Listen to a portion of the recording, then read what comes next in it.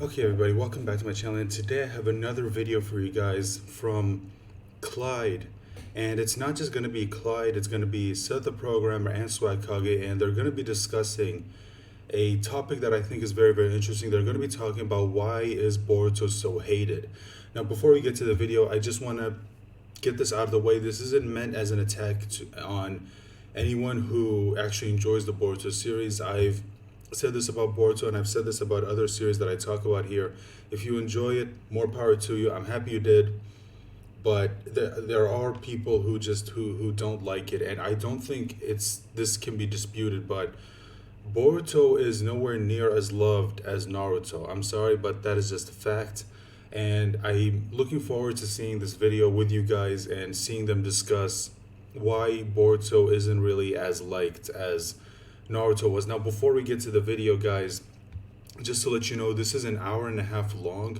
So this is going to be a long video, okay? Because you guys know I like to pause to give my thoughts on things. So just letting you guys know ahead of time that this is going to be a pretty long video. Now, I don't know if you're going to watch the whole thing, in one sitting, or if you're going to watch a little bit and then continue later on. But you know what? You watch it however you feel comfortable. But just to let you know, this is going to be a long video. So I've I've kept this intro going long enough, and also I really hope I don't run into any problems with the whole copyright thing. Again, I don't mind if they claim the video to the point where, any ad revenue goes to them. That's fine. I don't mind that.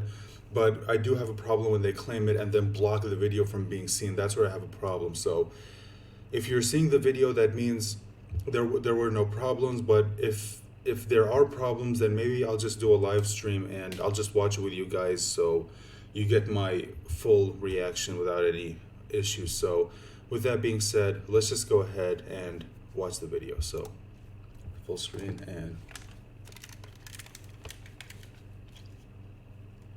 okay, here we go. This video is proudly sponsored by Atlas. Okay, nothing against Atlas VPN, but Be sure to check out Atlas VPN by clicking their link in the description below. Thank you to Atlas VPN for making this video possible. So when dealing with the most okay, already just gotta pause every now and then because you guys know how TV Tokyo is when it comes to copyright. So serious of topics, I had to go out of my way to get the two biggest dicks in the community. One so large, so vascular, so long. Today I have Swagkage and SethTheProgrammer here with me okay, on this a one should be collab style fine. video It's that we haven't actually done blurred. since I believe You can't really see maybe it, so 2017. So how are you guys Wait, doing wait, today? you didn't tell me we were doing a video? Wait. I'm out of here, bro.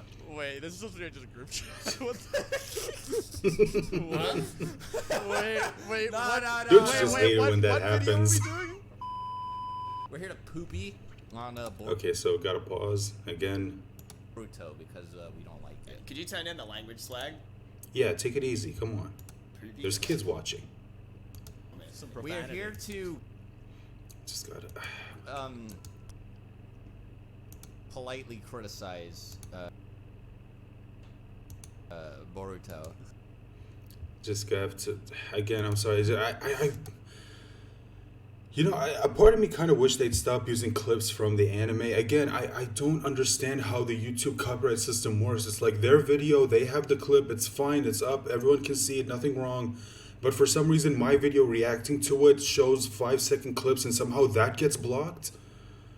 Jesus fucking Christ. Okay. So we've talked at lengths in private calls Hey, pause. about our honest Mm-hmm. thoughts of the series known as Boruto. It's Boruto. Boruto, actually. Well, Boruto, well, anyways. people call So- Naruto Naruto, so there you go. Oh, you got Boruto it right seems the fair. first time. It's Boruto. I thought it was Bolt. Huh? It was Bolt and Nalt. What? Bolt and Nalt Next Generations, bro. Shut the up, Jesus. So, all three of us, like, pretty much had our own plans to sort of do a video like this or some sort of stream-related thing where we, sort of talk about Boruto. Shit, gotta pause. Fucking hell. But I was like, alright, Okay. let's just do a collab together and we'll all talk about, like, our issues with the series, like, why people are upset with it, Mhm. why people are interested in reading it, why some of these Boruto fans are pretty crazy, to say the least. But yeah, we're just gonna basically just spitball and talk about like why we have a lot of issues with the series as people who, you know, I would consider Naruto is hands down one of my favorite series out of any sort of, you know, fictional story that I've ever read in my life. Obviously, I care about the series quite a lot, but Boruto for me just didn't hit the same. No, And, me neither. I don't really care for it that much. And so again, we've got Swag and Seth with me today on this video, and we're going to talk about a whole lot of dot points that we have ready for this video. So, you guys have anything you want to start with? Yeah, where did Boruto touch you, Clyde? We should start. Where did it touch Show you? me on the doll where like he Clyde touched you. said, I care about Naruto quite a bit. You know, pretty important to me. Hence As the I mean, name. I don't think I need to tell anybody that. I feel like I should go ahead and get it out of the way that I don't keep up with it on a regular basis. Like I check in every now and then, and I've read a handful of chapters from front to back, but I am missing some context. And I used to review the series weekly up to like episode like 35, And or then he something just before I stopped. just stopped because Understandable. I just don't care, right? Like it's not even like it doesn't make me like angry when I sit down or watch it or whatever. It's just like boring and not gripping. And I mean, I'm not invested, you know, like not even enough to be critical of it because it's so nothing and like empty. I think everybody would agree that Naruto's ending was like pretty conclusive, especially It was. considering it was like built up to. The main issue with the end of Naruto is that we don't really see what Naruto's answer was for you know, bringing about peace, like he said. Yeah. And I guess that would have been a good thing to explore in Boruto, but they just don't. No. You just take it for granted that the world is at peace. And it's not even like the stuff it explores is like domestic or whatever. It's like alien shit. Yeah, they decided to. And they have to fight the aliens. Yeah, they decided to expand on the whole, what is it, the Otsutsuki clan. I can't help but question that decision because I'm pretty sure everyone agrees that Kaguya was probably the worst part about all of Naruto. The whole Kaguya, the Otsutsuki clan, that whole thing. And it's just, I've always wondered why did they choose to explore the Otsutsuki clan of all things? Like, again, this was the one thing that most Naruto fans unanimously agree on. That it was without a doubt the worst thing that Kishimoto introduced into the story. You know, they don't like it, and yet for some reason decided to expand on it. I don't understand why. You know, they mentioned Naruto's, you know, answer for achieving world peace, and yet we don't get to see it. We just have to assume the world is at peace, and it's just, well, why don't we see it? And someone might say, well, I mean, don't they go into it with the light novels? To me, the light novels aren't canon. I'm sorry. I know there are some people who like it, but to me, I don't consider them canon. They're fun little side stories. To me, I don't remember correctly if they're approved by Kishimoto, if someone else is writing them, but Kishimoto has to approve them. But for me, if Kishimoto didn't outright write them, then I don't consider it canon. The only thing I consider canon outside of the Naruto manga is the whole Naruto Gaiden, where Sarada's searching for Sasuke in order to, you know, meet her father. That I do like, I will admit.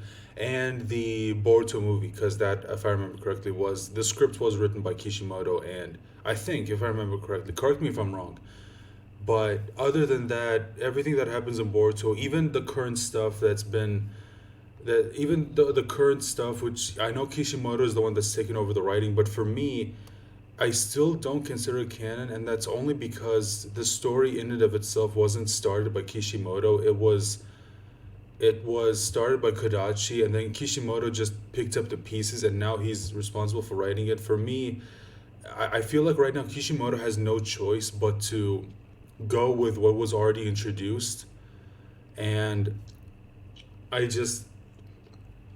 don't consider it canon. And for me, it's the same way I see Dragon Ball Super. To me, even though Toriyama is involved and he does approve the story and he even adds to it, to me, the original story ended with the last chapter of the Dragon Ball manga. I can't remember if it was chapter 500 and something, if I remember correctly. It's been a minute. But that, for me, is where the story ended. GT and the movies and super, I consider just to be fun what ifs. Same thing with Boruto. This is a fun what if story.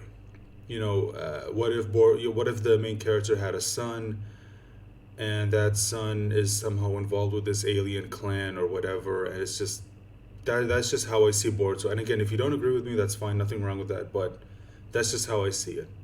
Now, that's not going to stop me from, properly reviewing the series. I mean, if you follow my reviews, you'll know that if I like something, I'll say I like it. If I don't like something, I'll say that I don't like it. That's just me wanting to be fair with my reviews of anything that I talk about here on this channel. But even in the last or whatever, like, it's implied that peace isn't there, and then like it's weird because it's implied there might be like war or like some tension still between the villages, even in Boruto. There's this one scene where Shikamaru or someone else has to tell the five Kage, like, even without Naruto and Yeah, I Sasuke, think we're this still was the strongest village. Like, why do you have to tell them that? Like, aren't you I think this was in the light novel, or one of the light novels, the Shikamaru Shinden novel. And yeah, I think I know the scene he's talking about, and I do agree with him. If the world really is at peace, then why do you need to remind the other villages that, even without Naruto and Sasuke, we're still the strongest? Like, why do you need to remind them of that? If you guys are all okay, if there's nothing wrong, why do you have to do that? That just makes no sense. homies? Like, It's definitely even more prominent in the anime, like in that like awful Mist Village arc where Ugh, they gotta like don't remind me. do all of that stuff. And I mean, I don't hate like Boruto and Sarada like I used to, but like I don't give a shit about Mitsuki, right? Like, Dude, even I the guess manga he's doesn't give a cool, shit about but Mitsuki. He's not compelling. He's barely there. I think everybody would agree that in part one, The, Sakura definitely wasn't. The anime had to fill in most of that shit. And then they filled in most of it with that horrible, just absolutely awful Mitsuki retrieval arc thing where they even killed off Anoki in the stupidest way possible. Just absolutely horrible.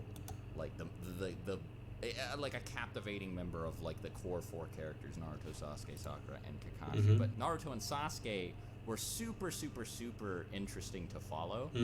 And Sakura, like eventually, once you got to Shippuden, became a I bit would more say early fleshed parts out. of Shippuden, You not can so say much what the you later want parts. about her, If I'm being honest. whether you like her or not. I definitely think that she's better and more fun to watch at the very least when she fights than any of the characters are. When she in Boruto. fights, And yeah, not so Naruto and much Sasuke, the other stuff. specifically. I mean, it's just kind of hard to compare. I feel like it does speak for itself. Boruto, How good it is. to them, because with How Sasuke, good their you've story got is. the whole Itachi thing, which is like built up to for so long, and it's an incredible payoff. And Naruto, you've got the Hokage thing, and the Hokage motivation is really good too because it leaves room for Naruto to do other things that aren't just striving to become Hokage, and it also leaves room for milestones and stuff. Whereas Boruto's motivation is extremely vague and not really properly defined at first. And as a matter of fact, at the beginning of the series, he's very staunchly opposed to the idea of becoming Hokage. So like, I mean, like, like why even like what's the draw? Like what's the allure of the series? Why watch? It's really good you say that, right? Because it's like the series kind of just feels like it actually just exists for the sake of, well, Okay, gotta pause as always. obviously it's there for monetary value. That's true. That's true. I mean, let's be honest. The only reason why they wanted to continue is because it was popular, and Shueisha wanted to make money. So yeah. Yeah, The- exactly. The series of like Naruto is it's a mammoth of series, right? I actually like what you said. So like at the end of the war. Now, obviously, my issue, with the end of Shippuden, because I'm one of the people who actually does like Shippuden. I know there's a lot of people who give. I Shippuden like crap, but I Shippuden think it's up until a pretty point. good. My issues with like the war was just like some stuff felt dragged on, but regardless, that's not relevant to what I'm going to say. The ending itself, though, I was hoping for a bit more of justice done to Madara because he. Also, in case you didn't notice, this was a bit of an error on Kishimoto's part because you can see Sasuke's Rinnegan is only supposed to have 6 tomoe, and yet here he gave him 9. Just thought it was interesting. He was the main focus of that entire arc. He was such a pivotal part of it and such a cool villain. I was really expecting like a some sort of like end of Dragon Ball Z thing where they have a long ass 10 chapter long fight with Madara because they've got their abilities, you know, Naruto and Sasuke versus Madara. That didn't happen. He wasn't handled very well. And then to talk about the actual main point that you said before about how like he doesn't even address the whole, well, how do you attain world peace goal? It's like that could have been fixed by, instead of having a series about Boruto, you literally just make part 3 about Naruto's Hokage adventures, which was the thing we were all waiting for the entire series. Like, for almost, 15 plus years, that's what we were anticipating, was him becoming Hokage. The second he becomes Hokage, his goal isn't reached to its entirety. That's true. I mean, I don't understand why that wasn't made the main focal point of part 3 of Naruto, because a lot of us were really looking forward to seeing Naruto becoming the Hokage. And if you were going to continue the story, it felt like only natural that we would want to see Naruto's adventures as an actual Hokage. You know, because this is something he's talked about wanting to be for years, and then we finally get to see him actually be the leader and find out what it actually takes to be the the leader of a whole village and some of the things that need to be done. Because one thing that I thought was very interesting is that, throughout the course of the story, Naruto started to learn more and more and more about the world and what it's like. And one thing that I do kind of wish we would have seen is Naruto being the Hokage and then learning slowly over time that it's not as like it's not what he originally romanticized it to be. Like he had this, like I said, this romanticized version of the Hokage. And then I wish we could have seen him slowly realize that this job isn't what he originally made it out to be, and how, there's actually a lot of work that goes into it. And sometimes being a leader means you have to make decisions that, you may not necessarily support, but overall it'll benefit the village in the long run. And I wish we could have seen all of that, and instead we just get, it all happens off screen. We never even get to see it. And then, like, we don't really get to see what he does. Like, and then the stuff that's shown in Boruto is just so unfulfilling. Like, it doesn't even feel good as No, not even. a Naruto fan to watch the way, Sorry, I gotta. Oh my God. like, a lot of the fights go and things like that. So, I actually, that's a really good point that you brought up about, like, the actual goal itself and the world peace thing that Naruto spoke Again, I know this is annoying, but I have to. about to pain. The way I feel about Boruto is kind of, you know how in Dragon Ball Super's anime, how every episode, it felt like Toei had a deadline to make Super Saiyan Blue Goku appear regardless of the context, just so they could sell more. That's kind of how. Yeah, I mean, they did kind of overuse Super Saiyan Blue, if I'm being honest. And if I remember correctly, I think this was one complaint that Swagkage did talk about in one of the videos that we reacted to when he was talking about Dragon Ball Super, about how Super Saiyan Blue feels so overused and it doesn't even feel special. He has to whip it out for every single fight he's in, and it doesn't even feel special anymore. You would think he would save it for certain opponents that actually need it, and instead just doesn't. How Boruto feels like in its entirety almost. It's like What? that Like with concept. everything, not just blue, but like everything in it. But everything just feels like that, like the blue thing. It takes concepts from Naruto, and I feel like it's a little bit misguided with the way it does them. So, for one, the character Boruto, people had a problem with him because he's like a Gary Stu kind of thing, right? And I was thinking about it, and I was like, well, Kakashi is a bit of a Gary Stu as well. Like he has the Sharingan, he's like a, fucking Minato student or whatever. He has all this crazy shit about him. I mean, I still wouldn't consider Kakashi to be a bit of a Gary Stu. I mean, yeah, he has the Sharingan, but for one thing, he only has one of them. And you also have to remember how he even got the Sharingan in the first place, because he had a shinobi stab his eye out, and it needed to be replaced. And the only reason why he even got the Sharingan is because his friend, whom he failed to protect, ended up giving it to him in order to have something to remember him by. and as a way to sort of make up for acting like a bit of a dick to him for so many years, because he was jealous that the girl that he liked was into him more than, more than himself. And it's just, I do see what they're going for, but personally, I don't know if I would consider Kakashi to be Gary Stu. Personally, I don't know if you guys agree with me on that. But he's still extremely mild Mm-hmm. compared to Boruto, because Boruto is almost worse, because he's the son of the Hokage. Mm-hmm. He also has a crazy eye. Not just any Hokage, he's the son of the strongest Hokage. The strongest Hokage, who is revealed to be the reincarnate of one of the sons of one of the strongest characters in the universe, a guy who transcended death. Think about that. And he also, from the age of 12, has 3 changes in chakra nature. He can study the gentle fist because of his Hyuga blood. He probably, to me, the biggest sign of being a Gary Stu is that he has a completely unique eye that is unique only to him. No one else can get it, and it was just gifted to him. Given to him by Toneri, alien god, for some reason. For some reason, Toneri gave it to him. Yeah, like, why did he pick Boruto? Why Boruto and not Naruto? or Sasuke What a or something? coincidence. So Whoa, it's like- very weird. And now Boruto is kind of like Kakashi, if instead of being the student of Minato, he was the son of Minato, and he gets a alien god demon inside of his body. So it's like Kakashi if he had like the 9 tails and was the son of Minato. So it's almost like Naruto and Kakashi like put together. Yeah. Well, and like with none of the internal struggle, right? Because Boruto doesn't really have to worry about anything, He just has to like fight people. Well, the one thing I would say he does kind of have to worry about is the whole Momoshiki taking over his body thing.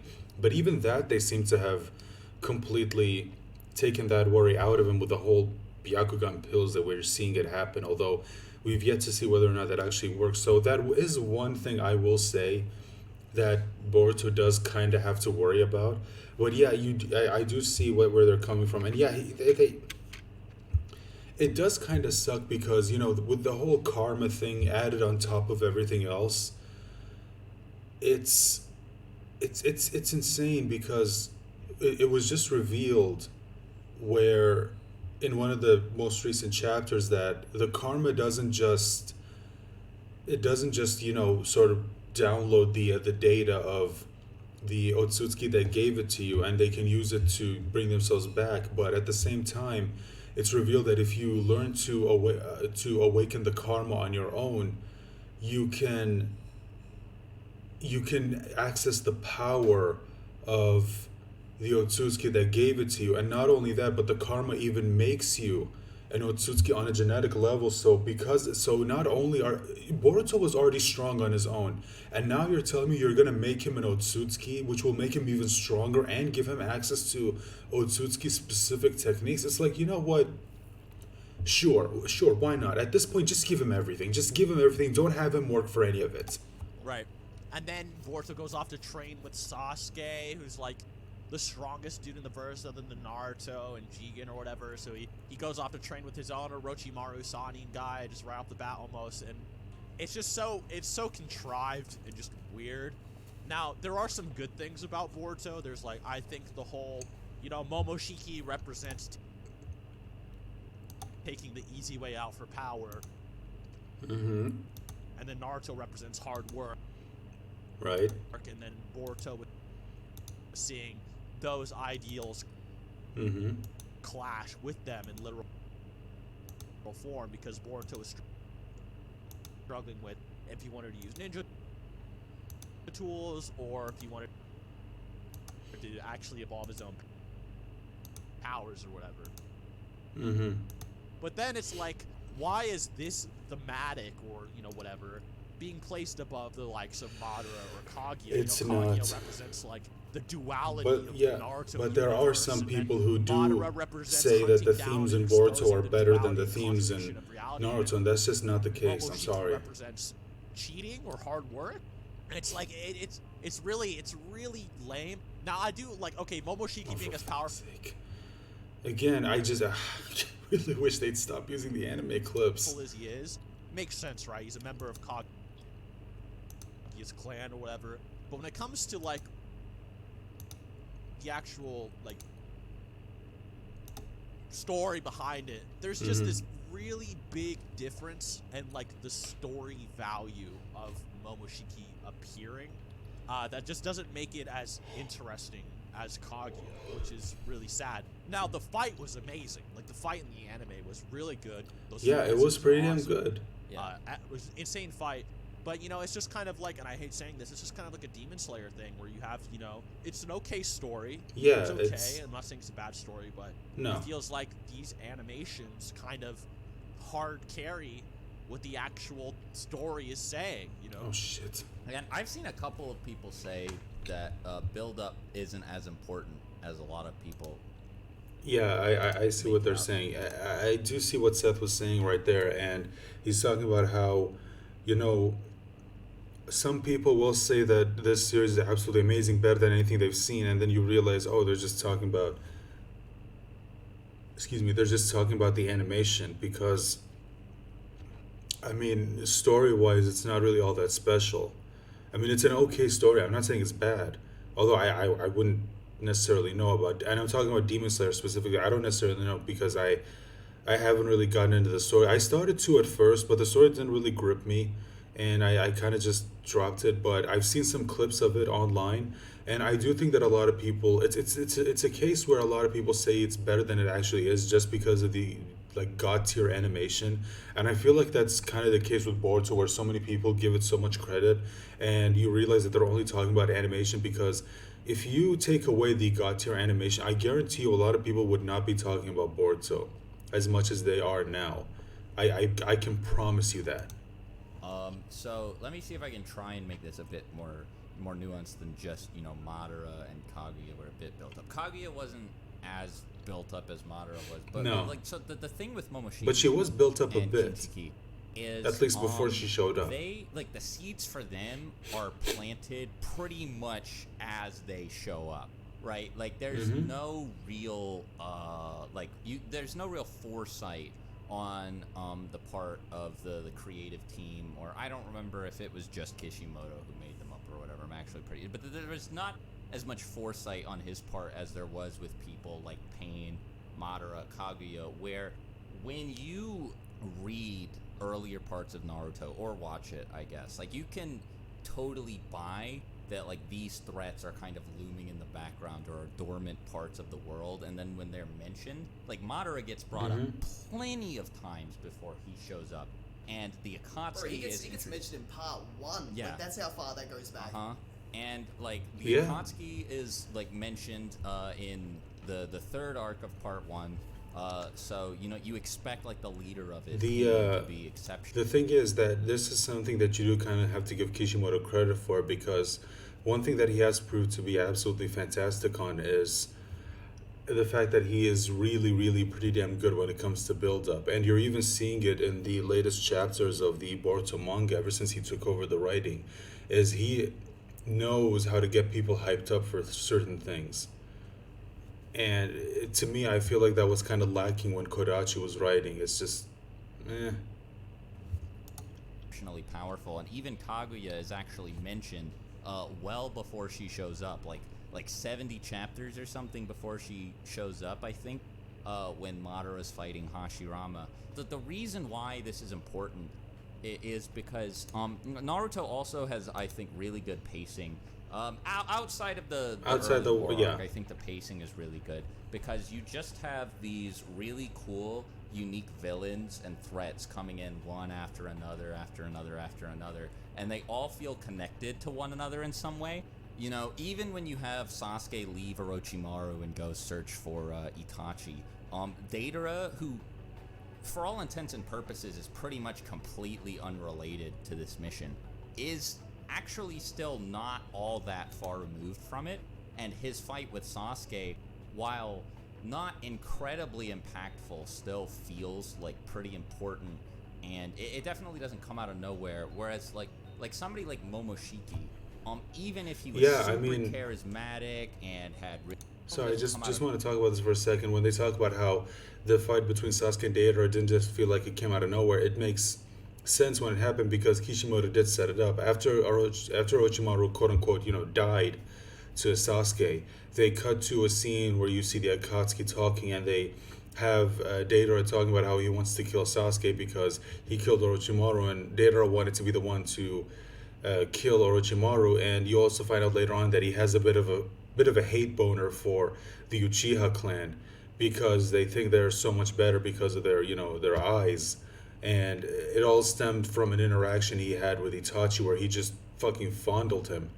And yeah, it makes sense when it happened because Kishimoto, like I said, he set it up early on. Out of nowhere. Whereas like somebody like Momoshiki, even if he was super charismatic and had really cool powers and like a sick villain design and had the best fight ever, he just kind of feels like he was pulled out of a hat. And this kind of applies to like all of the villains that follow after him. Now again, I haven't read that much of the series. I've been reading every 3 or 4 chapters or so, but none of the other villains feel like this problem doesn't apply to them, right?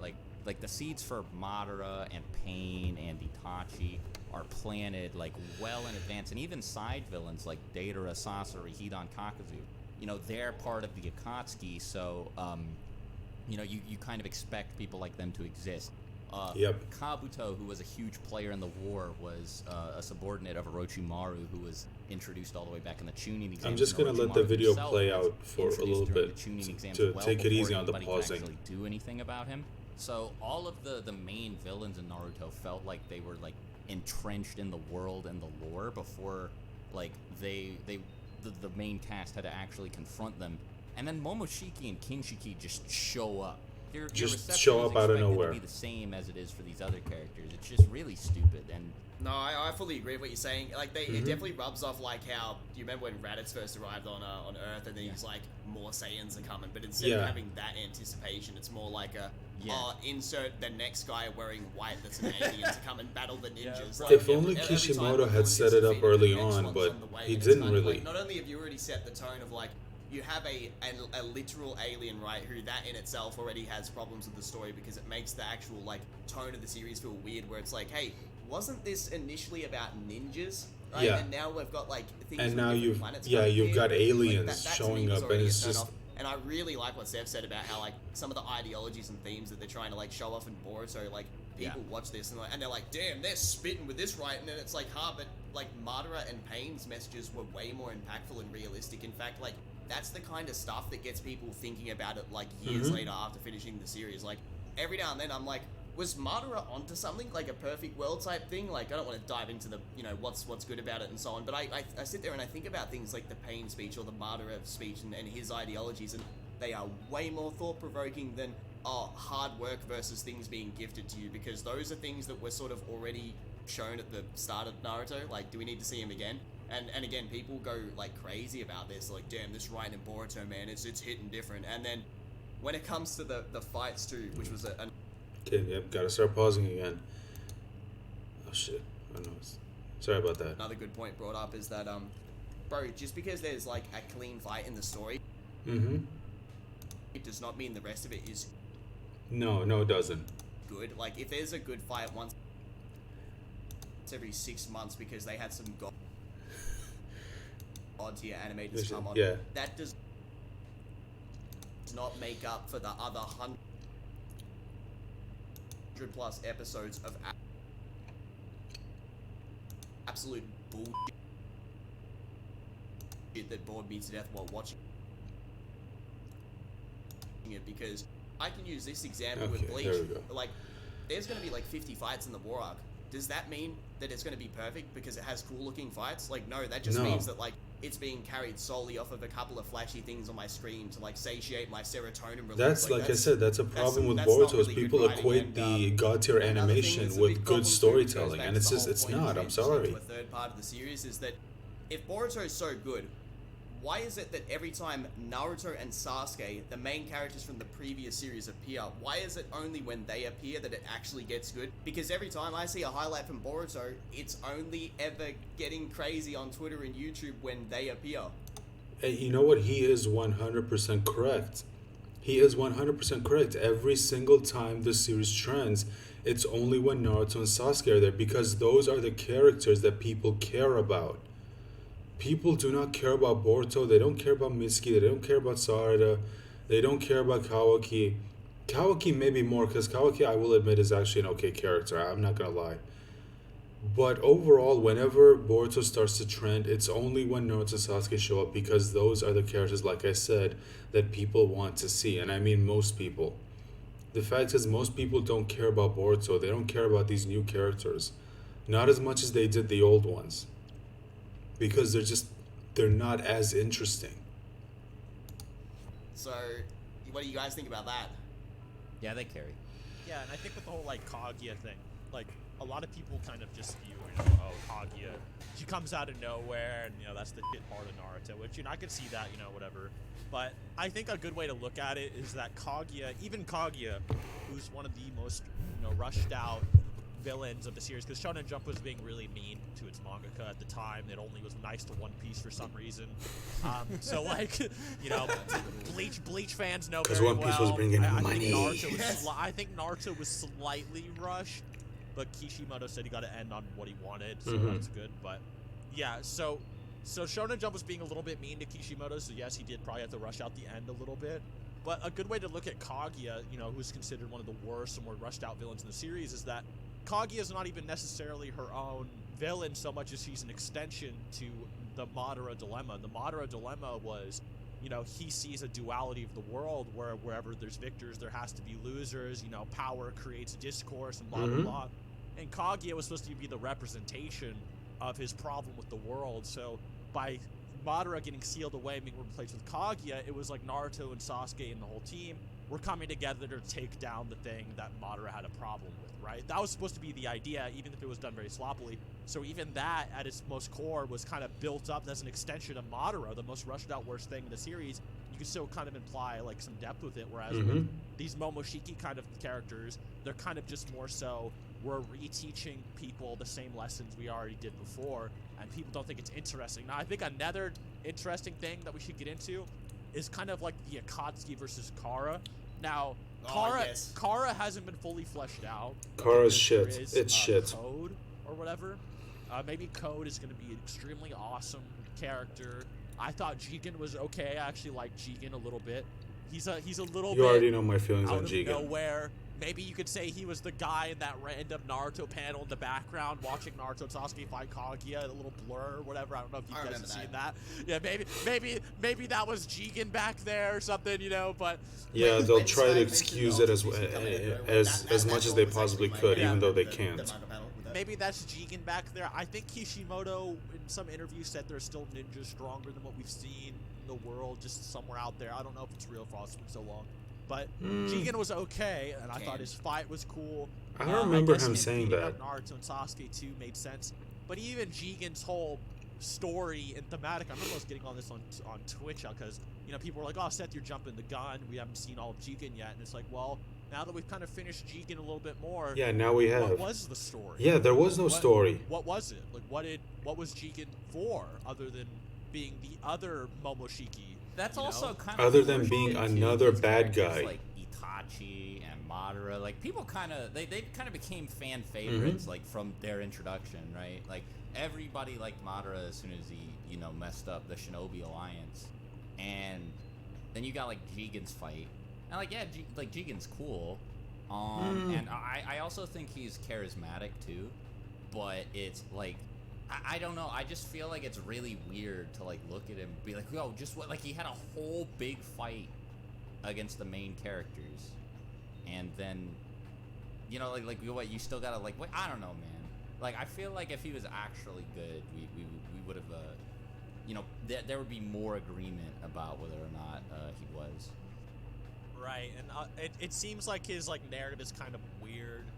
there was like this whole like Jiraiya fate narrative with the Kashin Koji clone that was kind of contrived and not that important. It was a little bit weird. It wasn't nearly as good as a lot of other things we've seen. And I don't know, but I really want to get into this, Kara versus Akatsuki thing. Yeah, me I too, actually. I think this is something Clyde really wants to rip into because he was bringing it up. But there's a difference with interest when you read the series that makes you more hyped for Akatsuki members than Kara members by a lot. So, when people on Twitter were like, "Whoa, did you see that fight with Kawaki versus whatever his name, the fat guy? That was really well animated." And I think he was there talking like, about why was Garo. this random fat guy more well animated than Naruto versus Delta, who's supposed to be like some Android 18 like god character or something, beating up Super Saiyan Naruto? Like why is that fat guy more well animated? And apparently it's because he's a Kara member. So Oh shit!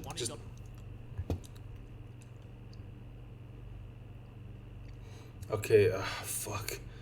God, I hope I don't get claimed for that. Jesus. Because look, this is a long video. The last thing I want is to record this again. On to detail about why you think the Akatsuki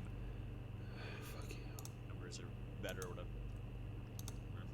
Yeah, so this is one of the points I was looking There we forward go. to, like, most to talk about. I because really hope I don't get yesterday claimed I for was, that. talking to Seth about this, and we spoke for probably close to like 30 plus minutes about how when you go back and watch like Part 1 Naruto and Shippuden, like there is just something about the way the Kishimoto laid out that whole story, which Swag said just before was another really good point. The whole thing where it's like, all these characters connect long term, and you can see that in the original Naruto and in Shippuden when it comes to the way that when villains appear, be it big or small, right? Anyone from Haku and Zabuza to Hidan, Kakazu, and Deidara, when those guys appear and you hear that screaming Akatsuki theme with the opera in the background, like Yeah, that thing. yes, like that, they don't need to be blowing up villages, right? Or destroying half the planet to be cool. And I want to say this really quick. I'm actually not against those crazy feats. Like, they're cool in Naruto, right? I'm not one of those people who's like, oh, nuclear bombs that ruin the series, blah, blah, blah. No, that's not the point. But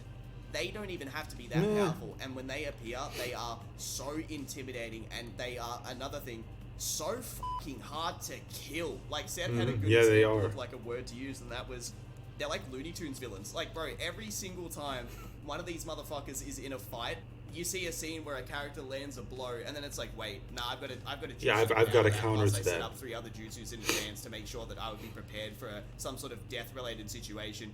And dude, you see that in Sasuke versus Deidara, and that's one of my favorite fights of all time, especially with the fact that with Sasuke, that dude went through so much ridiculous training, like really nuanced, minute things that he had to do to reach that level, right? He goes from awakening the Sharingan, which that in itself was a big deal at the start of the series, right? He steals Rock Lee's taijutsu by analyzing it with a Sharingan. He learns Chidori from going to Kakashi and asking for training, right? They train with one another and he learns that. That's a big deal. He then gets the curse, the seal on his body, the curse mark, which that that has bad things attached to it too. He's got to worry about Orochimaru taking over. He then leaves the village and goes with Orochimaru, trains with him for like almost a 2-year time skip, and then when he fights Deidara after that reveal that Sasuke has when Naruto and Yamato and Sakura run into him and he just flashes over like a god, dude, he barely even gets to kill Deidara without having to do all this ridiculous like jutsu related stuff, like reverse summonings, whipping out like his sword onto the ground to get the explosives on the ground so he can like jump above and then stab Deidara with a lengthened Chidori. It's like all that stuff. And that motherfucker still didn't die, right? And he blew himself up and destroyed the whole village to the point where people in a different... Sorry, not the village. He destroyed the whole area to the point where people in a different village could see a star-shaped thing exploding. Like, that, and then, like, the Shikamaru and Hidan stuff, like Hidan versus Asuma. Even though I'm not the biggest fan of Kakazu, but goddamn, he felt intimidating as fuck when he was on the screen. Like, him versus Kakashi, the whole time while watching that fight, I'm like... Bro, like, if he lands a blow on Kakashi, like, he might die just a punch. Like, that's how scary he felt. And then, every time pain was mentioned, recently I was doing some work on my latest video, and I needed a Naruto clip for the video to reference something in Naruto in there. And, I'm watching the episode where Jiraiya sneaks into the Hidden Rain village, and him leaning over to that lady who sold the pork rice ball things, right? He leans over and he's like, where's Hanzo? And then everybody looks at him, and then the theme plays. And it's like that level of tension. It creates with these tension. And how fucking cool they were back then. I haven't seen that. You don't once have that with in Kara. a It single doesn't time, no matter exist. how insanely animated those fights are, because it's not just a matter of a cool fight. It's a matter of why can villains back then that aren't even close to being as strong have that much of an impact? Where like I'm having the hairs on my arms raised just from hearing the theme around them. Just that's my main problem. I haven't felt that same level of hype at all whatsoever throughout the whole series. It's also interesting that you mention Sasuke versus Datara, because I think that speaks to something else that Naruto does well, which is the arcs for the main characters. Boruto and them they haven't really gone through a whole lot of like transformative character growth, and even in like, you know, even when I was like watching weekly, it was like a long time, right? Like those first like 40-ish episodes were still like, even in just the Land of Waves arc, for example, you've got the formation of like that bond between Naruto and Sasuke. Even though they had that really like goofy, tropey shonen rivalry at first, by the end they're like best friends, and Sasuke's willing to jump in front of like a lethal attack to save Naruto's life. Yeah, and throw his dream away at the same time too. Yep. Like by doing that. And then it becomes more nuanced in the Chunin exams with the introduction of Orochimaru and Sasuke's allure for power, and then Naruto surpassing Sasuke and stuff. And then, you know, by the time you reach Shippuden, and like Sasuke's left, and you've got this like really lengthy period of time where you're just wondering what's going on with him. There's not really a single character in Boruto, I guess, except Naruto and Sasuke, who can like just light the fan base up by just being on panel. But like that Sasuke reveal, you know, when they see him in Orochimaru's hideout, is really cool, and you learn so much about him without really much exposition, just by seeing him fight. And like him versus Datara, at that point Sasuke is a main character, but he's not the main character, and Datara definitely isn't the primary antagonist. So for all intents and purposes, this is... I mean, to the point that Swagkage just made, I will say that Boruto did have some development in the later parts of the series, especially in the last few chapters. He did show that he had some growth, to the point where now it seems like he is someone who's adopted that shinobi will, to where they're willing to do whatever it takes for their village, even if it means they have to lay their life down on the line. And that I do kind of like, but the fact that it took so long for it to happen just goes to show you that the people who were working on the series before, they didn't really care so much about development. It felt like they cared more about how, you know, just creating these really sort of big and cool moments that gets people talking, but as opposed to having them actually develop in meaningful ways, it just feels so lacking. And it speaks volumes that we're only starting to get this once Kishimoto took over for the writing when it comes to the story. And I'm wondering why that's even the case. Every time I think about Boruto, I honestly get more depressed than anything, because I can't help but think about what this show could have been, or what this series could have been, as opposed to what we got. And I just feel like it's kind of too late to change it. The damage is already done, in my opinion. There's like a side... He's a bum tier Akatsuki guy, but even he creates stakes that high. Exactly, yeah. Like, in basically every sense of the word, this is like a side attraction, right? This is not a main... It's basically a side quest. ...confrontation, and it's still, like... I don't even want to say a series highlight, because it's really good, but it's like... a series highlight... No, well, when I say... the reason why I'm hesitant to use that is because it's like... When you say that applies that the other stuff around it isn't as good. Except you're saying, like, it is. He's not one of the main Akatsuki guys or a main villain, but even still, he has those higher stakes. But you're saying even a villain that's not that much of a main pivotal part, right, is still that crazy. And then you have like an Itachi who then sets the bar higher when Sasuke fights him. And then another example is Sasuke and Taka versus B, right? Yes. And like these are all like really, really pivotal, like important series moments. And in Boruto, it's like every time the story moves forward, it's just like another like boss, you know? It's just like Naruto and Sasuke versus Momoshiki, Naruto and Sasuke versus Jigen. That's the only Naruto time the Sasuke series, versus like, Ishiki. Feels like it has any forward momentum. It doesn't feel Mhm. like it can handle these like lesser, you know, I guess like subplots. I know what you're saying, because the stakes for a villain like that is just, alright, new guy appears, he can destroy the planet, whatever, the village, blah blah blah, irrelevant. And it's like, well, alright, okay, that's a high stake, but where's the lead up? Where's the intricacy with the guy's, like, you know, goals? Where's the stuff around it? Yeah. They try to copy Naruto a little bit there with there's the guy who was defending Naruto's seal, and then all of them had to beat the guy who defended the seal or whatever. But they're trying to copy the time where they had Datara kidnap Gaara, or kill him, and then take his body to go seal it. And then even though Datara was just this lesser guy of the Akatsuki, he still felt really important. And it was a very big moment for Naruto and everyone. Yeah. So they try to like kind of do that with this like other fat. What would put them in this fat? So they had this fat Kara guy. shaming. Yeah, this fat Kara guy like blocking his seal, and then they all team up on him and beat like a Kara fucking Otsutsuki level god threat as children or something to save Naruto. And it just didn't. It just like I get what they're doing. They're trying to make these side villains feel impactful, but comparing this fat guy defending Naruto's Okay, yeah, I'm gonna have to start pausing again. seal, some Otsutsuki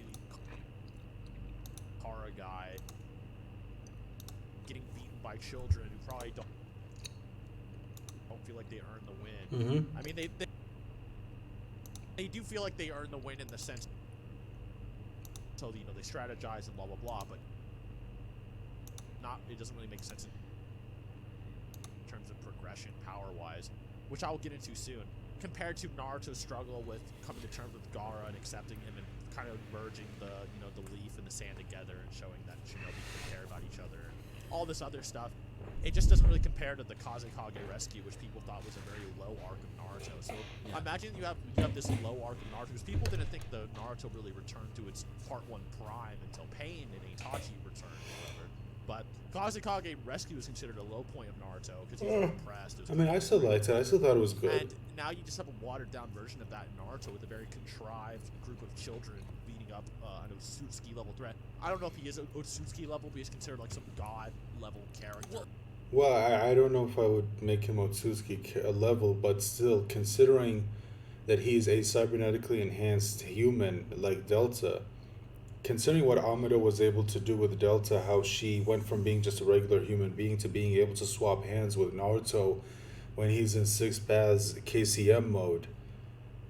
I mean, to me, that just speaks to how much they've improved. And to think that Boruto, Kawaki, Sarada, and Mitsuki are able to do battle with someone like that, that's just hard to believe. And again, they did win because they had a good strategy, but still, I mean, the thing is, remember what happened in the Land of Waves when they fought Zabuza for the first time. You know, Naruto and Sasuke did have a good strategy, but that strategy wasn't to win. It was to free the guy whom they knew could win. And to me, I feel like that's kind of missing in Boruto, because for starters, there were times where they had Boruto fight Momoshiki and even land the killing blow. And then later on, when they fought Ishiki, they had Kawaki land the killing blow. And Kawaki and Boruto are nowhere near Naruto and Sasuke's level of power, and yet somehow they're the ones who ended up killing the main villain. You never got that in Naruto. You never once felt like Naruto and Sasuke went up against someone that they couldn't feasibly beat.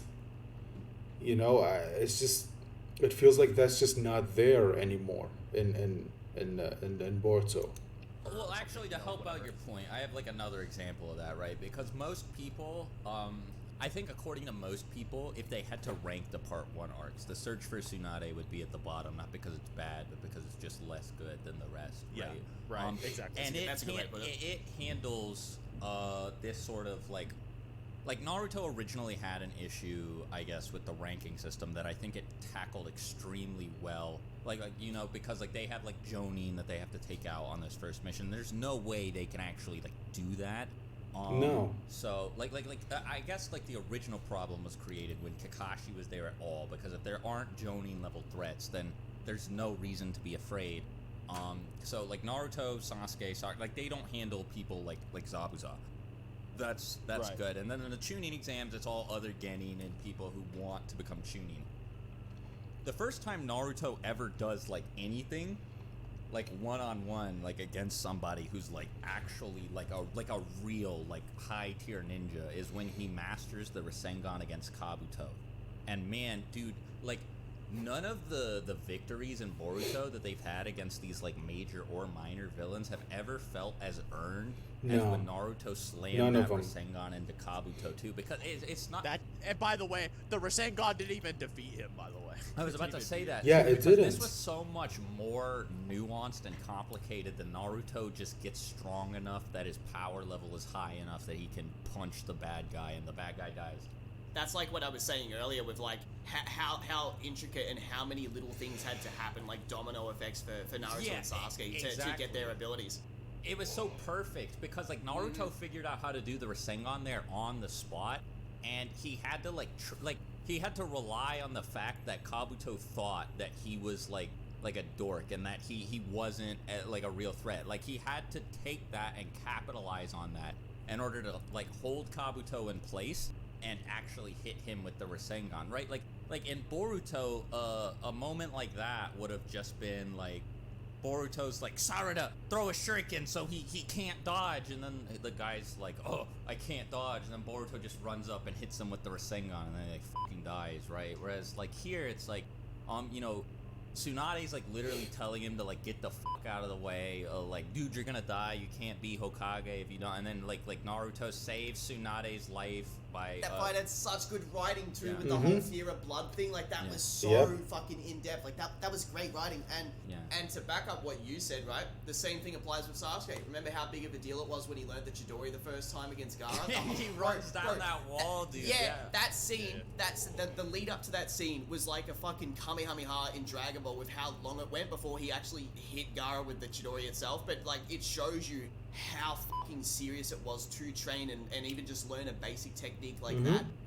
And those levels of stakes just don't even feel like they exist. Well, in it's like Boruto less at is all. more, right? Because like you can give Boruto all of these natures and And just to add to their point, I know someone might bring, well, what about when Boruto trained for the Rasengan?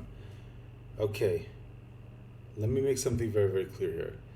Boruto, yeah, when that happened, I did like it because it showed him putting effort into something. But then what happened? They undermined it by not only showing that he was able to finally learn how to do the Rasengan, but they also made it to where, oh, he can add a change in chakra nature to it. And he didn't even do it on purpose. It was just, he just did it. He didn't even know he was doing it. And I saw that and I think, okay, you know what? Just, it's like they can't help themselves. You know, you give something positive to this character and then you immediately take it away. It's like, what do you mean just an accidental change in chakra nature? Why?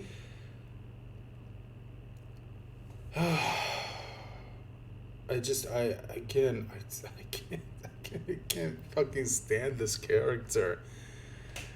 Oh boy. I mean, you know what? With Sarada, it's being done a lot better because at least with Sarada, we saw her training properly to learn the Chidori, and I will say it was more satisfying to see her use the Chidori in the well, it was more so in the anime, not so much in the manga. And the manga just came out of nowhere. And the anime did a lot better because it showed you Sasuke actually teaching her the Chidori, and it did feel satisfying when she was finally able to pull it off. But when it comes to Boruto, it's like he does something so impressive, something Naruto had to insanely struggle with. Even when not when he was 16, to add a change in chakra nature to the Rasengan, and you have Boruto just go, oh my god, why aren't you praising me, and he throws it, and then boom, it just happens. It's just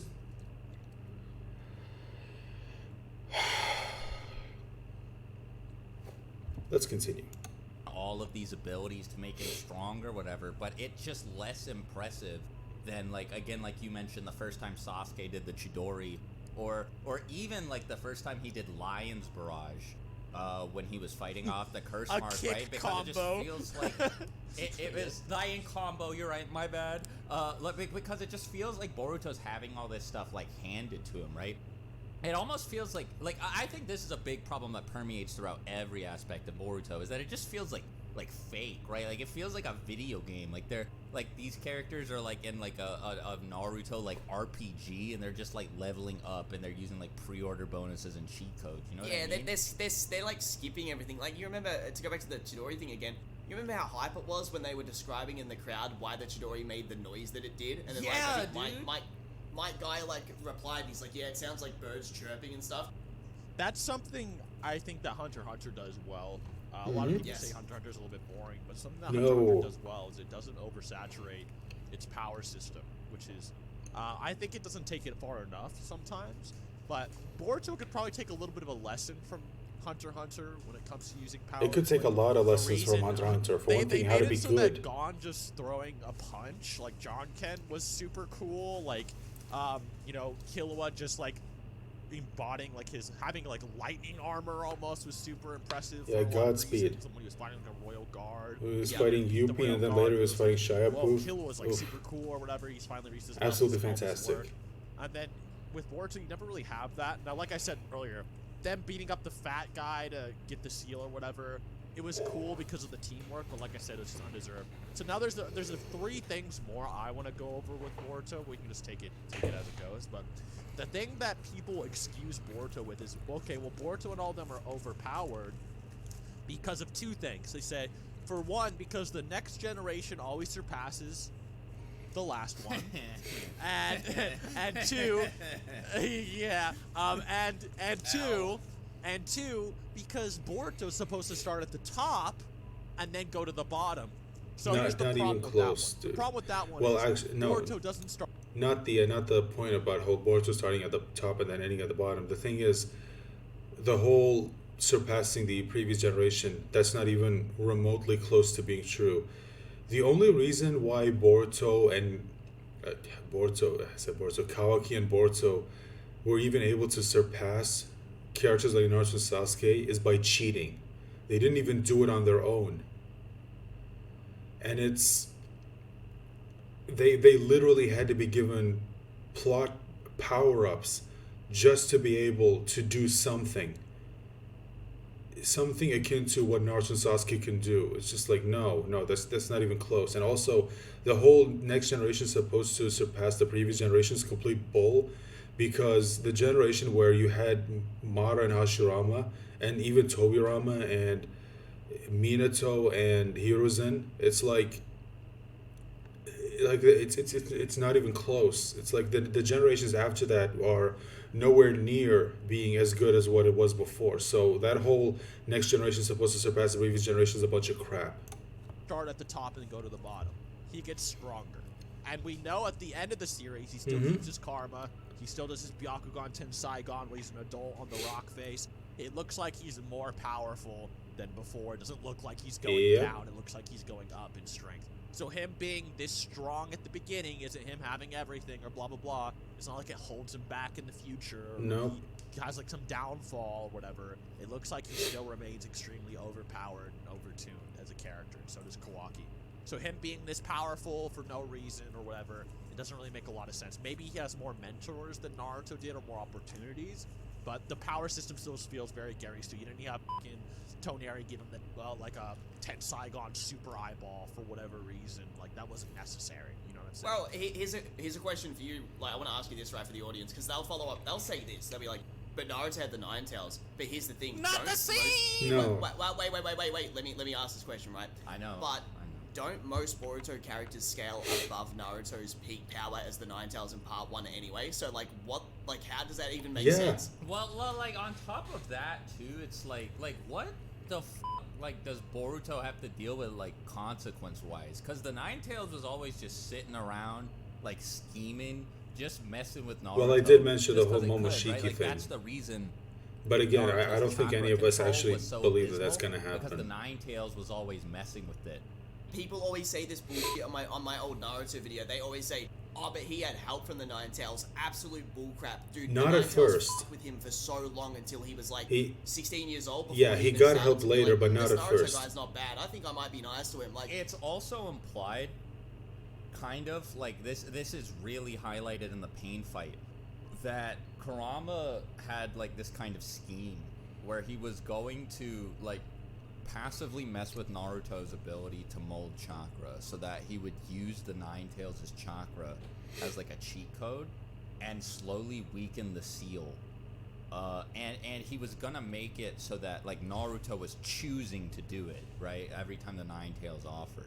And then like, you know, slowly and slowly the seal whittled away more and the power-ups got bigger and bigger. And then finally in the pain fight, Naruto about completely let the Nine Tails free, and there's that moment of Yamato staring at his hand, running like, oh my god, this is really, really, really bad. Naruto's about to die, the Nine Tails is about to get unleashed, you know.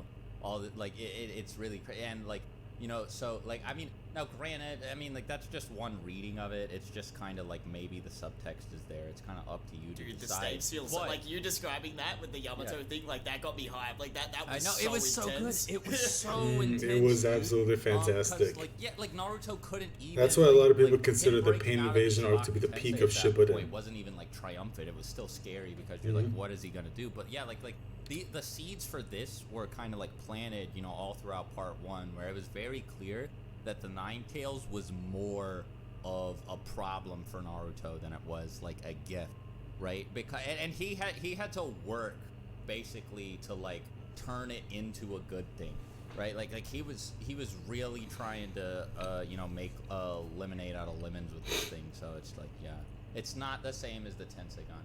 No. Like I said, the Nine Tails ruined his whole life. Well, Since it's- his childhood. It's not really the Tensegon, it's the whole Jogan Purei thing, although I don't think they've ever officially called it in the in the anime they did call it, but in the manga they've never called it. And you saw that panel that they showed. Let me just go back to it for a second. Here it is.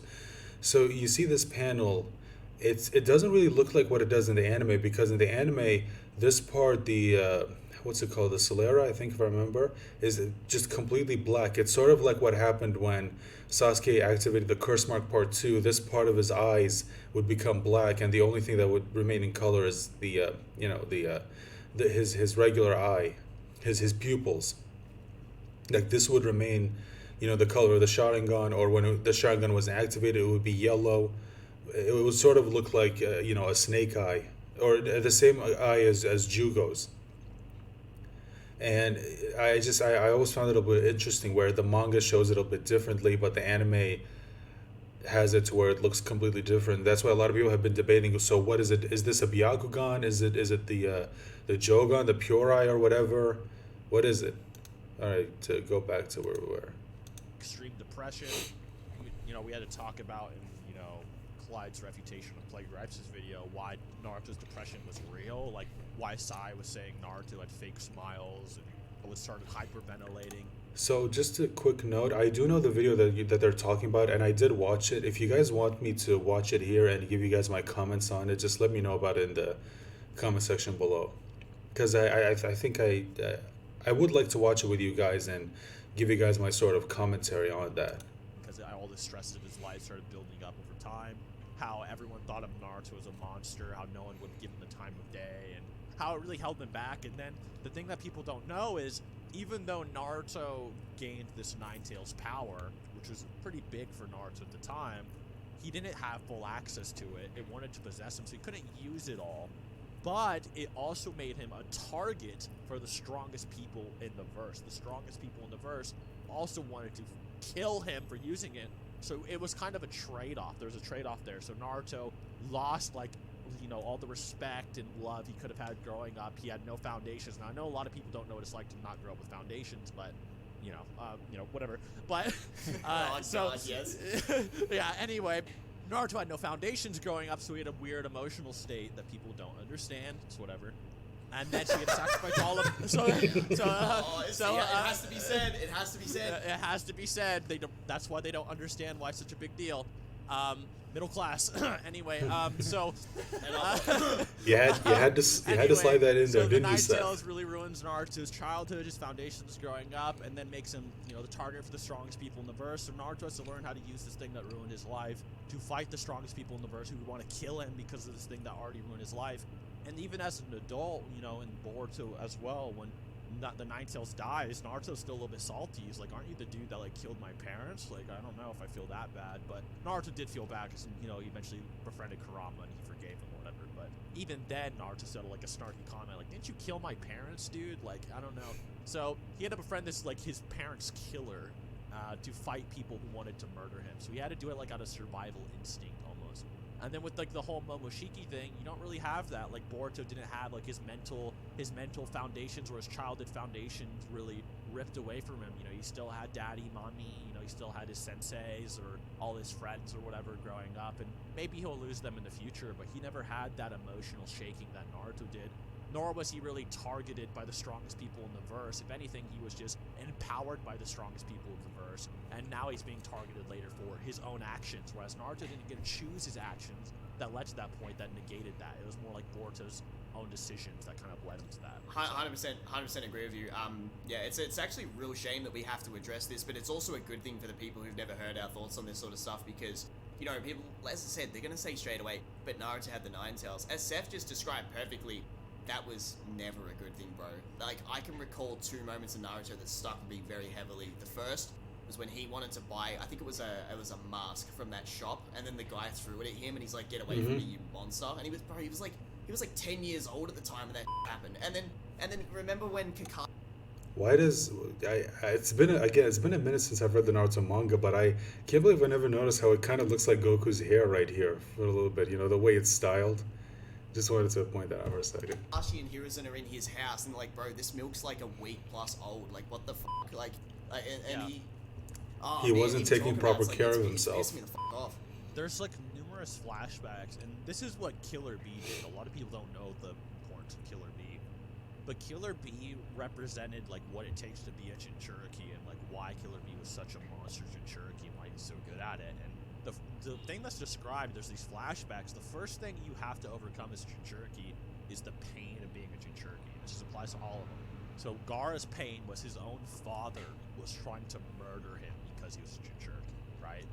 His own father was trying to kill him and axe him for being a Jinchuriki because he couldn't control his demon that he put inside of him.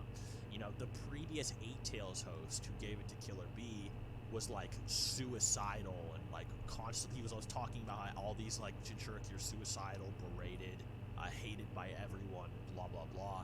And despite everyone trying to mock, throw things at Killer Bee, call him a monster, and make him kill himself or something so he wouldn't be a problem for people, he just kept rapping and laughing it off, and that's why Killer Bee was so impressive. And that was the whole point of those flashbacks, to show the pain of being a Jinchuriki, and that's why Naruto felt so much pain during the Kazekage rescue when Gaara was kidnapped or killed or something, and that's why it was a little bit more impactful and emotional than Naruto simply being. One thing that I will express, I am kind of disappointed by in the manga, is that we didn't get to see much of the other Jinchuriki. The only ones we did see of are Naruto, Gaara, and Bee. We saw a little bit of him in the anime, but we didn't see much of, I think her name is Fu, I think this guy's name is Han, and Yugito Ni, and of course you had Yagura, the Three Tails Jinchuriki, and then of course Roshi. We didn't get to see much of them in the manga. I wish Kishimoto would have expounded on them a little bit more, as opposed to just having them in the background. Sealed away, and he's just fine. They're just gonna. I guess Boruto doesn't have to have something that's analogous to Naruto really feeling for Gaara, but I don't know. I think that it helps to have a sort of foil thing there, and what's Boruto supposed to relate to? Oh, you have a funny eye. Oh man, come here, bro. Give me a hug. Bring it here, bro. I know the pain of having a funny, weird alien eye. What? There's an inherent problem with Boruto, though, and that's that this is going to piss people off. He actually falls into the same category as Rock Lee. He doesn't need to be a ninja. He literally doesn't. Is there something in Boruto where Boruto actually has to do this? Because, no. Again, they're going to bring up the whole Naruto comparison, but it's the story's literally just being there you go, there's a Super Saiyan power-up. There you go, you've just power-cliffed the entire first two arcs of the series in the span of, one training session. Yeah, do you agree with that? Yeah, no, I agree, because that's a good point as well. Boruto doesn't have to be a ninja. That's another good point. And maybe he has to be it, out of just respect for his father, or whatever. But Yeah, I can see that, Naruto was forced to do it. Like he has to do it. And, here's the thing: if Naruto decided, Oh, not this to was do such it, an awesome or moment. whatever, Still one of my favorite moments in the entire has to do it. series. Like he's literally just going to die by default. Like they're going to hunt him down and rip the nine tails out of his body. That is a really good point. Like, bro, just consider this. When he was 12, one of the main motherfuckers that came to get him for the Nine Tails was fucking Itachi. He's like, yo, you in there, boy? What's up? Yo, I'm open up. Itachi knocked FBI, on your open up. door, bro. Like that look. Well, real quick, actually, real quick. This necessity thing is actually a really big deal too, because it's one of the reasons why Naruto is so easy to watch and why it's so easy to root for this kid. Because like, I think we can all agree, and I think everybody watching can agree. Like, if you watch Naruto episode 1 or you read Naruto chapter 1, and you are not rooting for that kid to become Hokage by the end, you are a like heartless sociopath. I don't think there was anyone Right, who like, wasn't some kids have to actually have no rooting for empathy him to not at the want the beginning. best for this I think a kid. lot of people were rooting for him Okay? at the beginning. And like, And I like, I think this is kind of why a lot of people were a little bit, I guess you could say, felt a little bit betrayed by the later parts of the series, because Naruto went from being this kid that had almost like next to nothing, and then was later revealed to be this child of prophecy that was always destined to do great things. And it was like, okay, that's fine, but one of the reasons a lot of us liked him is because he was this kid that came from nowhere, who was desperate to prove himself to be someone. And then later on, you start to find out, oh, he was the son of the fourth Hokage, and his mother was a member of the Uzumaki clan, which is related to the Senju clan, one of the two strongest clans in this shinobi world. And he's even a reincarnate of one of the sons of the Sage of Six Paths. And it started taking away from the initial image that a lot of people had of Naruto, and why they loved him so much and why they were rooting for him, is because they thought he was this kid that came from nothing and was desperately trying to fit in to the village and to get people to at least see him as a person. And now it's just, he was this Destiny Child or whatever. Not that Destiny's Child, just, you know what I mean.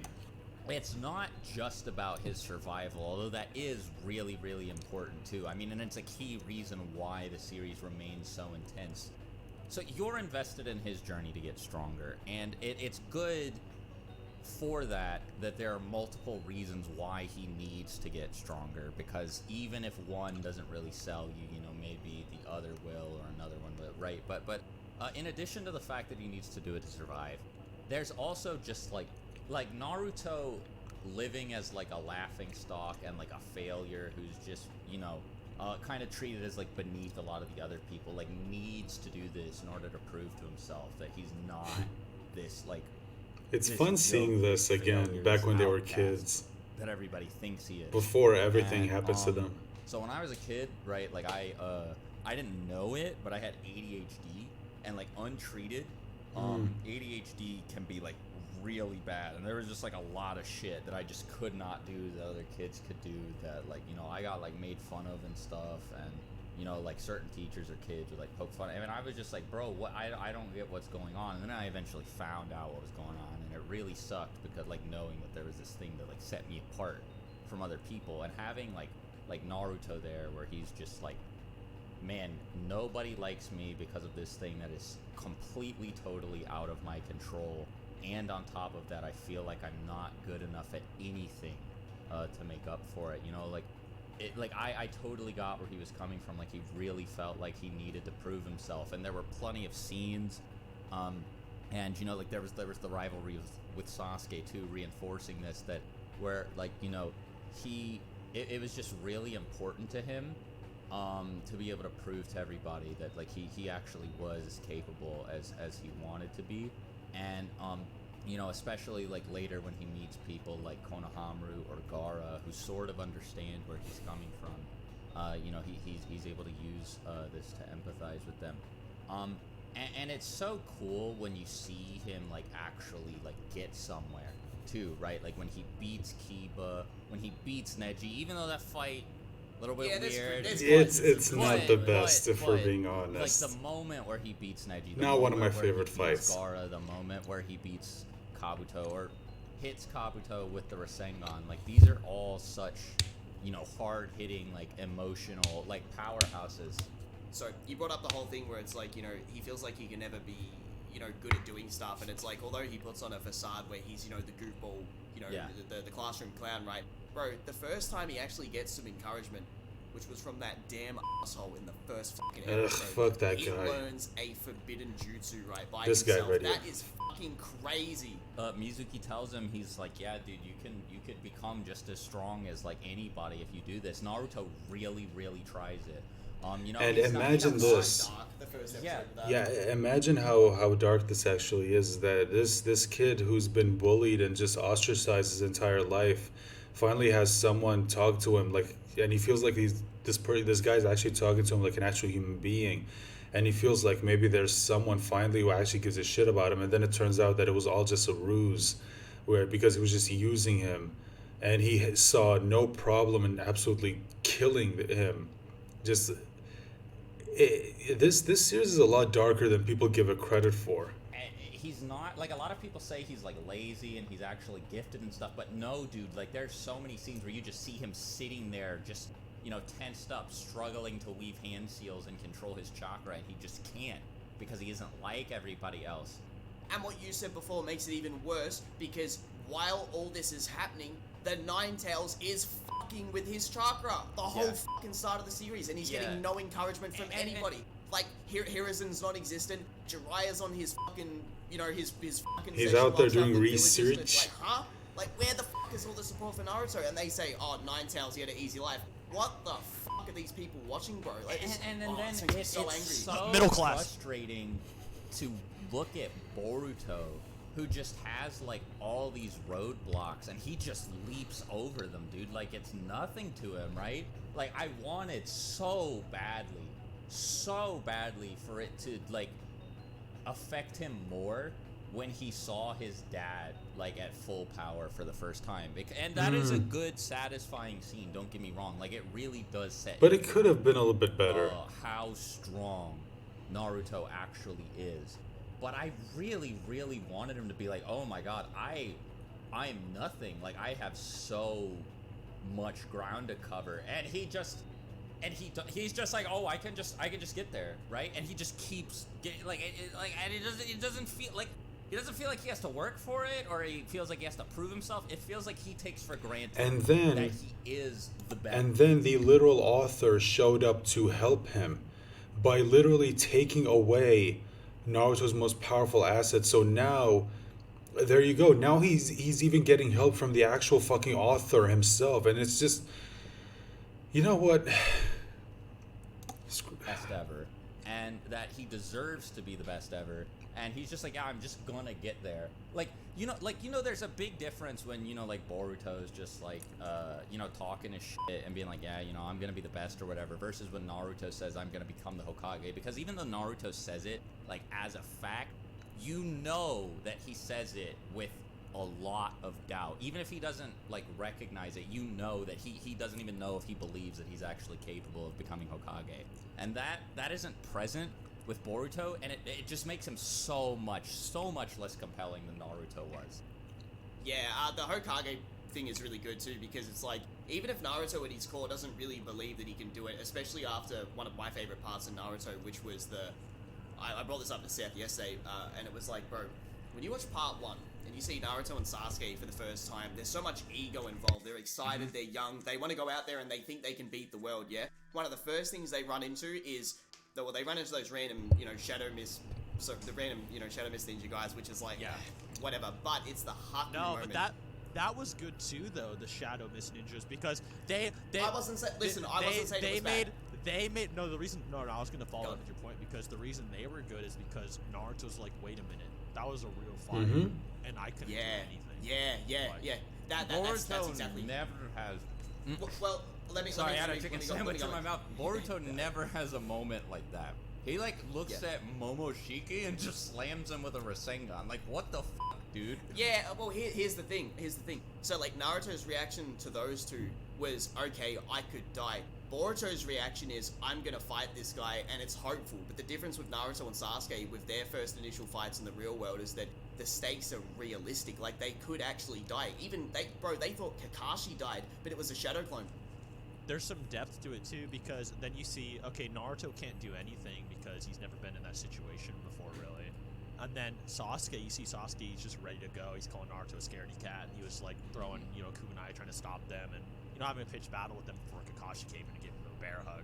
But then you're like, oh well, man, Sasuke's kind of hardcore. Maybe he's just an elite ninja. And you're like, no, the reason Sasuke was able to fight there is because he watched his whole clan die right before his face, and he's seen way worse things and way more scary things than what Naruto has. And that's why he wasn't phased. And then when you see Boruto, it's like, okay, well, why is Boruto ready just to throw To fight this like planet-destroying alien? Yeah. Yeah, and it's like, what's the reason? Is it because he's friends with Daddy? Like, what is it? No, because he hates his dad. He didn't even know his dad was that strong in the first place, so there's no reason.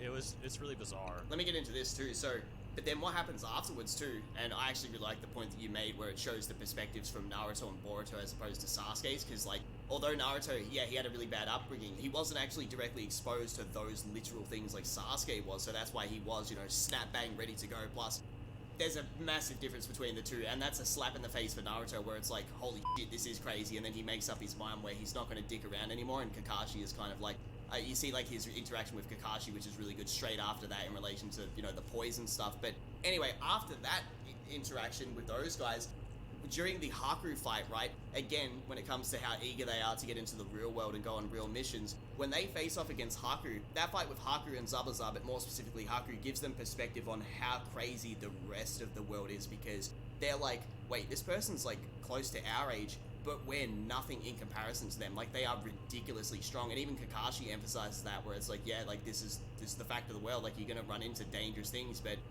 that level of a threat is non-existent for Boruto, because again, he has backup of all the strongest characters in the series. For whatever reason, he thinks he can just go in there and throw hands with literal planet-destroying aliens. It's just completely... Yeah, like imagine if Hiruzen had just been following around Team 7 everywhere, It kind of would have deflated the tension in part 1. Easily, because it's like, they've got that security with them all the time, Or even just Jiraiya is just always following him around. Yep. Yeah, like, because, he was a big deal too in that regard. Like, they would 100% be safe if he was around, and that Haku interaction is one of the most raw parts of the series, because, again, it's like, this person who, and they make a highlight of this, one of my other favorite moments in the series is the whole, whoa, he weaved hand signs with a single hand, like, that's crazy. But again, they get they get a real reality check straight away, where it's like, they find out how dangerous the world actually is. Second by any of these random dudes that are hiding in a tree around the world, like, so I always love that at the start. And then I'll say this too, because this is my follow-up point. So and that's, to me, this is one of the things that I think a lot of people really loved about the Naruto series, that it really felt like characters could die at any moment.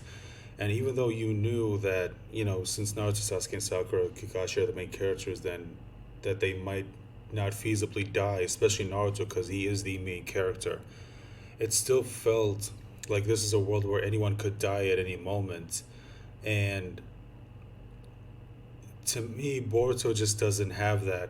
It doesn't have that feeling anymore. So, because you already made these characters so overpowered from such a young age, and it's just like there's no tension anymore. It's non-existent. I mean, to me, Dragon Ball Super has the same problem, but that's for a different reason, as opposed to this being a world where it feels like anyone could die, because I think that look kind of got lost a long time ago when they introduced the Dragon Balls and everything.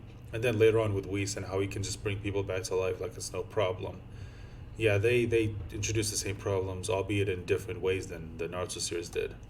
With the Hokage thing that you said, where although Naruto says he wants to be Hokage, right? And I know he believes it, but there is a realistic part where it's like, after he has that interaction, surely, right, in his head, he's probably thinking like, this is intense, like this is rough, like, it's, we sort of talked about it before, like, you think you're good at a fighting game, you get on ranked and you get absolutely destroyed, it's like, it's kind of like that. But with Naruto, that Hokage idea is what he's clinging to, because he literally doesn't have anything else, and he wants to be Hokage for, you know, all the listed reasons that are shown in the series, and those are all fantastic, but that is literally, like, that's his identity. He wants to be Hokage, right? That's his end goal, so that's what he clings to. And yeah, I like what you brought up before, where you said even still, like, surely there's a level of, like, well, the world's way more hardcore than, like, you know, happy-go-lucky Boruto. But anyway, you go, Seth. I have another point here too, which is just because you understand the story doesn't make it compelling. No. Like, can we go over that? Because whenever you talk about Boruto, they're like, "Well, You don't get it, bro." Like, Oh god, yeah, I you fucking don't hate get it. that. It's like, bro, we get it. No, we We're just do. gonna start We from the do. top. It's not that difficult. No, we get that. Even though he's Momoshiki's stronger supposed to when he's represent fighting cheater. Hawk. Yeah, yeah, we know Momoshiki represents cheating. We know, yeah, Naruto it's- represents hard work. It's not that difficult. Whereas it doesn't make it compelling. Yes. Like, that's the problem. Like, it doesn't make it grabbing. Like, maybe it's relatable because Boruto has his mom and dad, like the viewers do, or something, and he has like a family, and like he grows up somewhat normally, so it's more relatable. I don't know, but where's the compelling Here, part? let me actually ask the viewers a question, right? You guys, you know, it's pretty popular not to like GT. You guys hate yourselves some Shadow Dragon Saga, I imagine. You want to tell me the thematic representation of all the Shadow Dragons? There are none. Oh, you can't? You can't do it? I couldn't tell you if you put a gun to my head. You can't? That means you just don't like it because you don't get it. Maybe maybe you can crack open a book. Yeah, it has nothing to do with the fact that the writing was actual Right, garbage, you maybe know. understand some you know narrative a little bit better before you start talking about what is and isn't good. Look how charitable we have to be with dancing around this, because this was one of the main things that those guys kept coming after Seth on stream about, was like, you don't understand it, you don't get how deep it is. But it's like, dude, we've seen and read these things. We don't find them impressive because they're fucking not impressive. It's not, Like, why is no. that so hard to fathom? And then that brings up the question too. I'll only say this real quickly, right? Yeah. I think half these motherfuckers haven't even seen part 1 or 2. Like, literally, I really do believe that. Yeah, and I think, what was it, Clyde? We were talking to someone, and they said, "Oh, yeah, I think, you know, part 1 of Boruto is better than." Oh yes, wasn't it in the Twitch chat? Not even close. No, Not we even were in a close. call someone, or we were talking to someone, and then we were just like, "Do you know what happens in like that?" And they just really just didn't know, like, at all. That Like, sounds so vivid. I'm trying to remember what that was, because we've seen that more than once. Like, easily we've seen that. I don't more than once. want to drop any names. Like, they just don't seem to understand it. But like, anyway, this is something I want to get into next, which is like the fights in Boruto. So like, okay, we went over some of the animations. Some of the animations shit. in the Gotta pause again. fights are really good. Yeah. It's like modern day. Yeah. I mean, I think it's only natural that the animation, some of the techniques, some of the technology that's available now does make animation a lot easier than it did before. So I think it's only natural for it to progress in terms of animation as opposed to how it was earlier. I think that's only natural, but that still doesn't make a story good. It's like, I mean, look at the Transformer movies. All those movies visually look amazing, but none of them are good. It's not what someone would call good. It's just visuals. It's nothing but spectacle. They can get some really cool, badass freelancer just to animate anything cool. They animated random fat car guy that I can't remember the name of. Well, good on them, you know. Great, yeah. You gave that good animation, but the Naruto versus Delta fight, no. I mean, again, it's not that the animation was bad. It was just it was okay, but why was that okay? And then the Kawaki versus, what was it, Garo fight thing? Why did that have top tier animation as opposed to the fight with Naruto and Delta? I don't. Okay. So, Yep. but let me just bring up this. I'm tired of jutsu negation. I'm really sick of it. I don't. So am I. The jutsu negation thing is the most boring, like, anti-productive. It's thing like regeneration, I've ever seen. right? Exactly. It's exactly. So it's like, here's the problem with the whole jutsu negation thing, and Madara started doing it first or whatever. And then Actually, it was pain. Pain with the Preta path, how it can just absorb and sort of nullify ninjutsu. And you know what? I was okay with it being a Rinnegan exclusive ability because it would add to just how overpowered the Rinnegan is, and it just made Pain that much more of a difficult opponent to deal with. You know, the fact that he can negate your ninjutsu, and it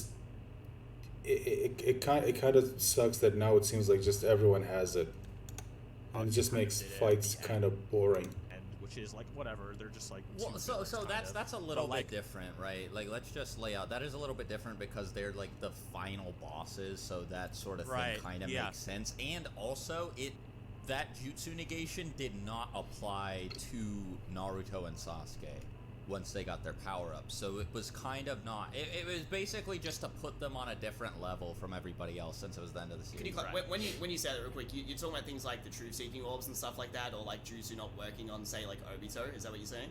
Like when you say jutsu negation? Okay, so he's talking about things like the what is it?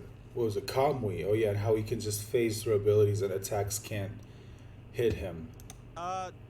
Kind of. I'm just talking about how we can just absorb every jutsu. Yeah, like that. Oh, I got hit by Amaterasu, and we just take it in my body. Oh, while yeah, press yeah, attack, yeah. blah blah blah. Yep. And it's like, and then when you read Naruto, you're like, oh, this jutsu is supposed to be, the Tsukuyomi is like a fourth dimensional And- mind wipe where he creates a reality. Dude, to add to his point, it got even worse now with the whole Daemon thing and how you can just reflect all your attacks, and that extends to more than just ninjutsu. Now it's everything. Any attack can just be reflected back at you.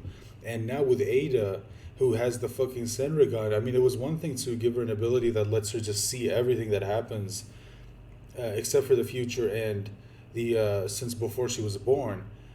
And now she apparently has this ability where you can't even do anything against her. She can just influence you to not attack her, and it's just you're making fights boring. Okay, these things make fights boring. Stop doing them. Reality that he has infinite control over. It's supposed to be the strongest, a spiritual thing or whatever. And then like this Amaterasu is the strongest physical thing, and it's supposed to be the strongest attack verse or whatever. And then to make it so Sasuke in a one shot the final villain so he can absorb it. Okay, but and then we had other characters who could absorb jutsu like Pain. But it was limited, right? Only one of Pain's bodies absorbed ninjutsu. Yeah, and that made it special. And then there was Tendo Pain who could negate jutsu, but he could only do it every 5 seconds. So there's an opening to hit him with the new jutsu, which is how Naruto beat him with the Rasengan at the end. But in Boruto, it just feels like every villain has jutsu negation. No matter who they are, they can just negate or absorb jutsu.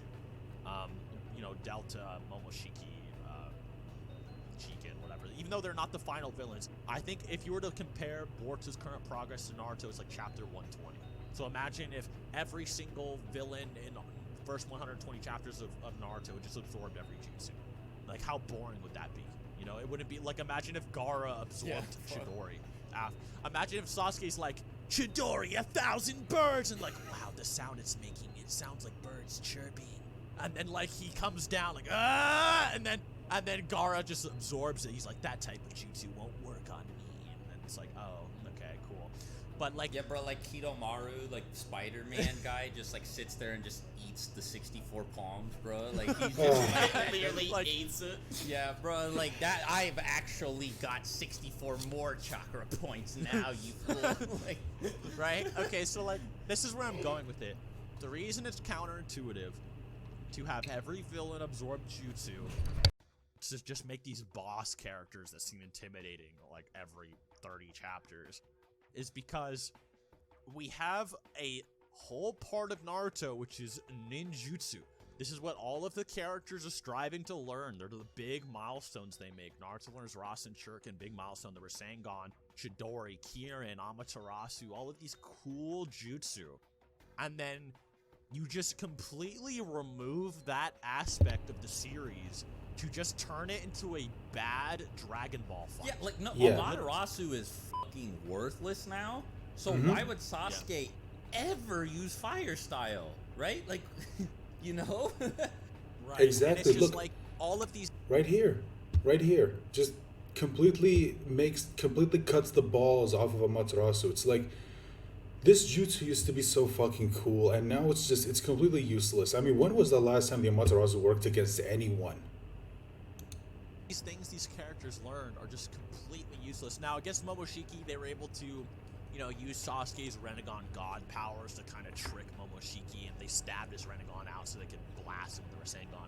Whatever, but what I'm talking about is the overall fight is hindered by the idea they can't show all they're capable of. They just gets negated. I think at one point, the way Naruto dealt with someone who could absorb ninjutsu is, I'm gonna create a Rasengan so big, you just can't absorb it anymore. I'm just like, what? Yeah, dude, that literally speaks volumes about why the tactical fighting aspect of Naruto was such a big deal. And then when you remove that by having every villain able to absorb attacks, then it becomes a matter of now ninjutsu, right, is being treated like, say, a villain in Dragon Ball that just absorbs ki blast, and it's like, oh, now we have to do whatever, dick around just to beat this guy. But it takes away as you just said, like, it's a core value in the series. Like, it's like every villain is Android 19 and 20. Yeah. Like, So a good way to put it, you guys might not be able to follow this, but my Yu-Gi-Oh player buddies in the chat, in the comments. Oh shit, here we go. You guys might actually be able, Okay. so like there's power creep in Yu-Gi-Oh, just like there is in like any card game, right? Because they gotta release new sets. If the cards in the new set aren't better than the cards in the old set, why would you buy the new set? So steadily they have to get stronger. And Yu-Gi-Oh now still an extremely tactical game, even though the characters It's been a minute since I've played. I don't think I've played it since I was a kid. Because even when they were fighting Madara, still employing tactics the whole time, like when Sasuke was like switching places with his sword and stuff. And this was all over the place in the Kaguya fight, dude. Like the Kaguya fight was like Death Note, like fucking like high IQ heaven for everybody, right? Like everybody was just being like a magician, sitting there like doing all this, like making these smart decisions, on the fly decisions, outsmarting Kaguya in order to keep up with her. And you have to do that in Yu-Gi-Oh now, even though like all of the cards are absurdly more powerful than they were like 20 years ago when the game first started. Now, Boruto is the equivalent of like every single monster just having like spell and trap negation and like being unaffected by monster effects. Yeah, Like- that's a good Like, point. like if all monsters were just unaffected by other card effects, so it was literally just a war of who could just beat down. Who can summon the biggest beater? who has the highest attack points, right? Like that's literally that would be so late. Like you're taking away all the nuance of this incredibly complicated game, or in Naruto's case, this incredibly complex, really cool power system with all of these unique different abilities. And I mean, like some of them, a lot of them have really sick names, like Chidori meaning 1,000 birds, or all of the Mangekyo powers named after Shinto gods and stuff, like Tsukuyomi, the moon god, Amaterasu, the god of the sun. That makes it feel godly as fuck. Like that's cool, I know, bro. It's like when somebody in like I don't know, like a mecha anime has a mecha named like Zeus or something. They're like, oh shit, this is one of the big boys. Isn't Susanoo's in the same? Yeah, boat? Susanoo no Yeah, Mikoto. it's That's Susanoo no what it is. Mikoto. Yeah. It is related directly to Tsukuyomi and Amaterasu, but I don't remember exactly. Even Orochimaru had some like the Kusanagi blade. Yeah, well, the Sanin are all named after like the Sanin from like that folk tale, about Orochimaru, Right. Jiraiya, and Tsunade. I mean, Naruto has a lot of really cool like references, lore, Easter eggs. That blade, I'm pretty sure, is even based on one in real life, like which adds more cool value. It's like you can tell Kishimoto put actual thought into every little detail.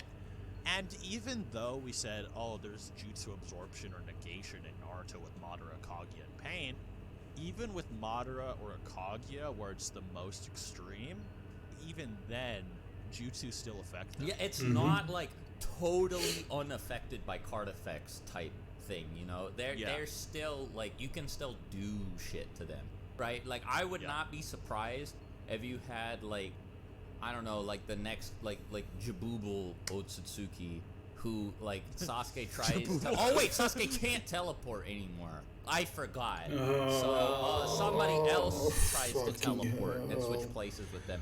They're just like, that doesn't work on me. You just teleported right to me, or something. Dude, you know? by the way, the last battle of Naruto and Sasuke, they couldn't use all their jutsus in that one. Yeah. So, wow. What a letdown. I know a point I want to ask you about this, Seth. Another issue to bring up in relation to the absorbing stuff. Do you remember when they had this dumbass thing in the manga that was only real fire works on an individual? Yeah. Only real fire. You had to create real fire to burn up Jigen because Jigen was unaffected by chakra completely. It was like really weird. Like, I don't know. Like that is the kind of thing that could destroy an entire series in terms of like you could if that was to have become a popular like part of the series, right? It could have like changed the entire feel of the whole series beyond what it already has started to change towards like that. Do you know what I just realized about how the fact that only like natural things can work against someone like Jigen who can absorb chakra based attacks? If that's the case, why don't they just bring with them some gunpowder and a match? Just douse him, to throw the gunpowder at him and just light it on fire. There. It's just you took your time to study all this ninjutsu and build up your chakra reserves to get it to the point where you can actually use it, and it turns out all you needed was a box of matches. Awesome. How captivating. That just sounds so dumb. So I think we've given up like a lot of our points on Boruto, but let's end this off like just saying, what do we want Boruto to be? Like, is there anything like basically is there any concepts just you make want it to be good. introduced in the Boruto, or you think that can make it better? I think you could introduce maybe villains that are like maybe hyped up in Naruto, like maybe, you know, Josh Sheen is actually like an Otsutsuki god, and he was able to grant, you know, Hidan immortality or something. Mhm. No, like if Josh Sheen had been a villain here, that would have been really cool. Like that Yeah, would have and- actually been insane. But Yeah, because he's hyped up as a god or whatever. Mhm. So or like like you know, the if he's Reaper like an extension. from like that you summon to like steal people's souls. Right. That would have been badass. But so here's my opinion. I think that it's kind of in too deep, and it's like I think that it's don't kinda think it can be. Yeah, at it's this point. Especially like even if it were to get really good, it would be the One Piece problem where it's like, bro, trust me, 400 chapters, you know. yeah, it's like you tell someone you have to read through It's too like sullied. It's too sullied. 60 by this point. chapters It's got such of a bad crap. attachment with its name value. So Yeah, and like a lot of the issues that we've like brought up are that like the series doesn't really like build on itself. You know, like it doesn't really take concepts any further after it introduces them. So ideally, the future chapters, you know, like if they were to be good, would take stuff that was already introduced and like improve on and like expand on those concepts. But then, in order to like get anything out of that, you would have to read all of the terrible shitty Boruto that like currently exists, and it's just like, man, like I don't, you know, there's really no winning. In my opinion, what would have been best, and I've said this before, would have been like an anthology series. Mhm. Where like every week we just maybe there are different like mini arcs or whatever where we just follow like characters from the past, or maybe from, you know, the near future or something, just doing different things in the Naruto world. Like we could have seen Sasori's plot to assassinate the third Kazekage, some stuff about the Warring States period, maybe what it would have been like to be a Senju or an Uchiha Mhm. and fighting on the same battle. especially since we don't know much about those time Ashihama periods. or Madara. And you could have done some really cool things with stuff like that, or like set in like the second or third war. One of my favorite movies is called Gallipoli, and all right, so if you guys don't care if I spoil this movie, right? go ahead. Go ahead. No, go ahead. I don't know. I never heard. Yeah, so Yeah, I never even in heard the of it, chat, just- if you don't want this spoiled, I guess just skip to whatever the but so this movie is like, this is like a 2-hour movie where you just follow this guy who's like training to go to war, and you just see him do like all of the shit, like prep himself up, go like, you know, he goes to like, you see all his friends and family and like all these people that he knows, and you like follow him and you really care about him, and you get like a good insight. Yeah, it's World War Yeah, I. because that's the real. I want to add this in as a little side note. That was the most taught war here in Australia, like Gallipoli, because it's you always get going. And like this guy, like you basically like become like a fly on the wall for this good period of his life, and then you finally get to the point where he gets deployed, and then he just gets shot in the forehead, and the movie ends like as soon as he gets deployed. And you could have done really cool shit like that with like mythology. Shit, Naruto, just to, that's show, kind of like, dark. how That would be raw. bad Yeah. like the world had been, and stuff like that, and that you could have really expanded upon. Like if you had done stuff like that with like Ninja from the Rain Village, you could have expanded Nagato's ideology or like his characterization. You could have shown stuff with Hanzo, stuff from the smaller villages like the Waterfall Village. Like I don't know if you guys knew this, but Fu was from the Waterfall Village. She was the Seven Tails Jinchuriki, and she is the only Jinchuriki not from one of the 5 great nations. So you could have done some stuff, maybe exploring that the Waterfall Village was noticeably more powerful. That's where Kakuzu was from. Yeah, that as was well. also where Kakuzu was from, and he stole all their forbidden jutsu, so maybe the Waterfall Village was like super OP, right? And like you could have explored cool concepts like that, and instead they like flushed it down the drain for like the Saiyan invasion, except it's like 12 arcs and bad. That's my opinion. Maybe I'm being too hard, and maybe I'm being like really stubborn. No, but we definitely agree. It's a shame we do have to be careful with like even just being honest, because it's actually how it is. Like it does surprise me that they jumped on the Otsutsuki thing and they're like, yeah, this is the moneymaker, man. People are gonna love this is what people liked about the end of Naruto. Like, I'll tell you my thoughts, right? I'll tell you why I know that is. They decided to take the thing that people hate, hated the most about it and said, you know what, let's expand on this. During the Momoshiki battle, right? And I said this earlier. One of the highlights whenever there's a good fight in Boruto is when Naruto and Sasuke appears, which again shows you that the previous series is where the interest is, not Boruto. Another thing, one of the coolest parts about the fight itself, to me, is we get to see Sasuke actually flex his Rinnegan powers, which is cool because he actually earned his, right? There was a lot of time that went into getting it. The Rinnegan was a level of power that is very like mystical in the series, and it's a big deal, right? But also, when they did the whole, the substitution jutsu, which paid homage to the original, Demon Wind Shuriken substitution during the Haku and Zabuza fight, when they did that with the chains, like, and then Naruto punches Momoshiki in the head. Like, you know what happens there? It was using characteristics from the original fights in the series, which had tactical elements to them, which shows that those are the things people are actually attracted to. Like you said before, too, this series, right, the only way you fix Boruto is if you build a motherfucking time machine. You actually say to Kishimoto, take 2 years off, come back when you feel like it, have a break, explore the world with your wife and stuff, because none of these mangakas get to live normal lives. Kubo said the same thing about they Bleach, that don't. even the idea of a holiday is non-existent, right? So Yeah, give him like it's- 2 years off, he comes back, and then he works on the next series. Dude, the life of a mangaka is not good. It's almost, it's awful. Like they get little to no breaks, and it gets to the point where they're basically killing their bodies, and they still put themselves through that because they care about this. They care about this art form, and they want to give us these good stories. It's just a shame what they have to put themselves through just to give us this. And you don't make it Boruto, bro. You make it about Naruto's adventures as Hokage, and they could actually do some decent writing. And then someone, people in the chat may say, oh, that wouldn't have done shit. I'll tell you why it would have done shit. Yes, it would because have.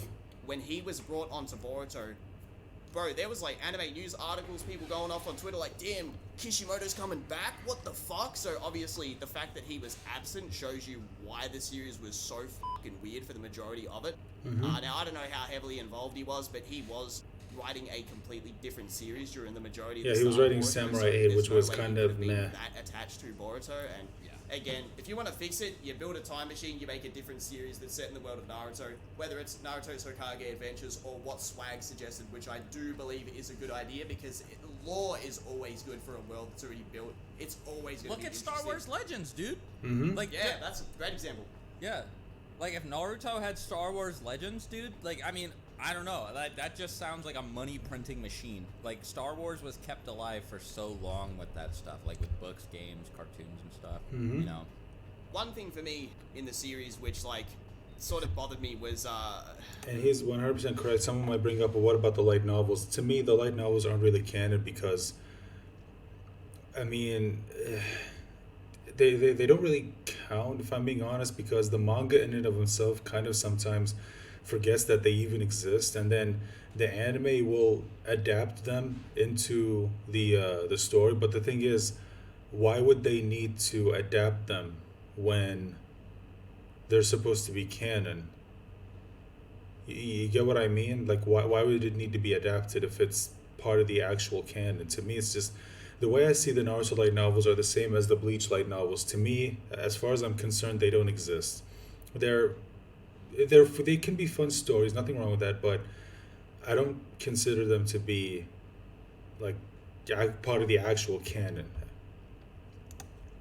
I didn't know I should talk about this. I wanted to say my distaste towards like the Sage, because like that sort of like, you know, that like the way he was revealed, I didn't like that. I was expecting him to be more of a like an Avatar type character.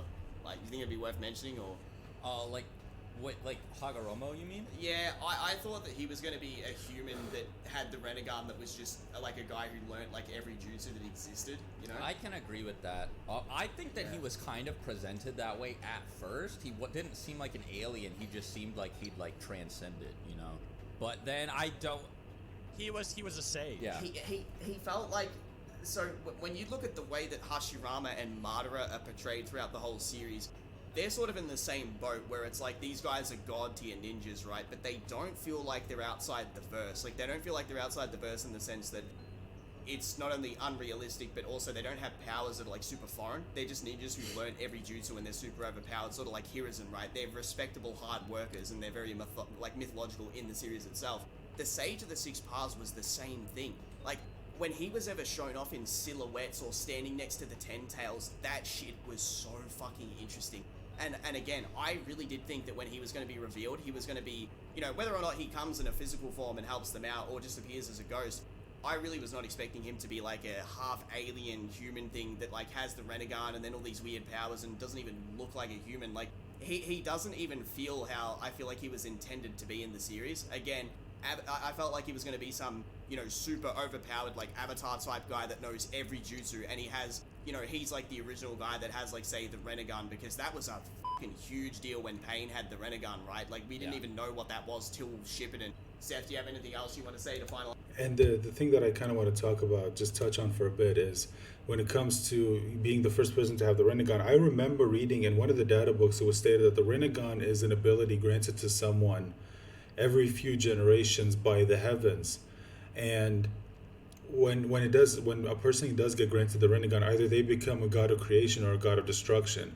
I feel like Hagoromo was the first person to reach the point where the heavens thought it would be fitting to grant this person the power of the Renegon, and then he went on to become this mythological figure because he just reached this level of just, how do I say this level of enlightenment to where they deemed him fitting of possessing the power of the Renegon. And then the next person after that was Madara, but Madara went the other way. And then I feel like it would have been amazing if Sasuke was the person to get the Renegon next, and maybe this time two of them instead of just the one. Even though I do think his one-eyed Renegon does look kind of cool, I still would have liked it if it was in both eyes as opposed to just one. And, you know, maybe Sasuke could be somewhere in the middle where you saw Hagoromo, he went one way and Madara went the other way. Sasuke could look at both of them and say, you know what, maybe the answer isn't one or the other. It's actually somewhere in the middle to where you use your power to create, but at the same time, some things need to be destroyed because, you know, in order to create, you need to destroy. And you can't destroy something that doesn't exist. It's this balance. And he could be the person who finds a perfect balance between the two, to where he realized the world needs not just creation, it also needs destruction. You know, I feel like that would have been amazing thematically. Instead, it's alien god powers, which is just so much more compelling. When Pain had the Renegon, right? Like, we didn't even know what that was. Sorry, let's just go back to where we were. Finalize the video. Yeah, so I guess my thoughts on what I want for Boruto to be better. Yep. I want Joshin really bad. That's a character that's been hyped up for a long time. Bring him in. It needs to be concluded. It actually has foreshadowing. It's a good way to go. Currently there's a god concept in Boruto where characters are trying to become gods. Joshin is already a god, so just introduce him as the god that people knew existed. That's a good way to bring out the series. Naruto and Sasuke, just kill them. Like, just die. Like, just stop. Yeah, stop insulting Please their stop making characters. fun of them. Yeah. Just stop making fun of them, Yeah. man. Yep. Just have them if you're go out gonna in a do really it, just cool do it. Yeah. Do it in a have cool them, way. Don't make it lame. Die defeating the next villain or something. I Mhm. don't know. I don't want to see them become like a Kakashi who just retired in the background and then yell advice at Boruto like old Obi-Wan and Luke or something. Like, I don't want to see that. I want to see them just die. Get out of the story. Me and Swag talked about this before. Kishimoto, probably when he came back, was like, get Naruto and Sasuke out of the series. It's about Boruto. So, try to make the series about Boruto. If you're going to poop on Naruto the whole time, just get him out. People don't think it's funny. People don't think it's hype. People don't think it's cool. Yeah, it's you're insulting them. Story we enjoyed. So, and then other than that, maybe tone down the Gary Stu thing. I don't care about Boruto getting alien power-ups, or, you know, people used to say the good times of Naruto was back in the day before he got 6 paths and all these things. Giving these alien power-ups and weird abilities is not what people liked about Naruto. People liked the hard work and the creative power-ups that they achieved on their own, and maybe a little alien juice here or there, you know, like a Sharingan or something, but it was more so about what they did creatively with those powers. So stop with the Gary Stu stuff, stop with the alien juice amps, and just have them start to learn their own abilities and techniques on their own merits that are interesting. And then have, you know, some actual good themes.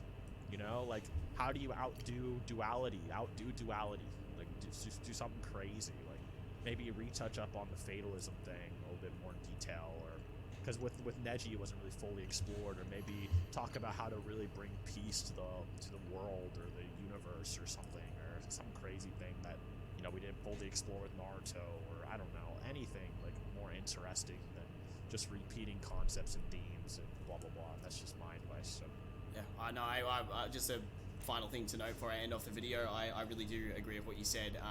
The longer this sort of writing goes on, the more it insults all the hard work that Sasuke and Naruto went through. We stressed that so much throughout the video, how much, you know, storytelling went into them and why it was such a big deal. And like, I seen like a couple weeks ago just some random rapper dude that was verified being like, yo, like what the f is this? Why is Sasuke and Naruto being treated this way? And I definitely can see elements of that with Sasuke, where it's almost like he's fitting this like Vegeta Jobber type role. Maybe I'm wrong, but it definitely feels that you're way, not and wrong. I agree with Seth. So yeah, I think we covered everything here. I think like if there is a definitive video to not just shit on Boruto, but at least give some genuine good thoughts on why it's at least disappointing, I do think that we nailed it with this, with us three especially. So guys, if you enjoyed this video, give it a like, subscribe to me if you're new. If you want to see more stuff like this, let us know your thoughts below. We'll read majority of the comments, and we do appreciate if you've watched this far through the video.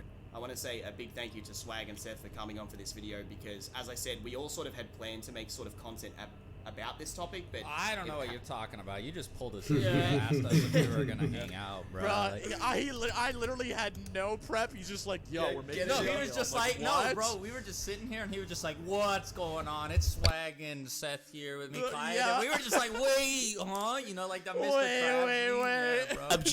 Objection. This ain't that never happened. Objection. I was like, what? So these are kind of unfiltered thoughts. Maybe that's why I Your Honor, concise, my but- client has pled oopsie daisies. I actually do believe we did a good job though. But anyway, Yeah, thank I you guys think for so. coming on. Thank you guys for coming on. I do appreciate that. It was a fun video. Goodbye.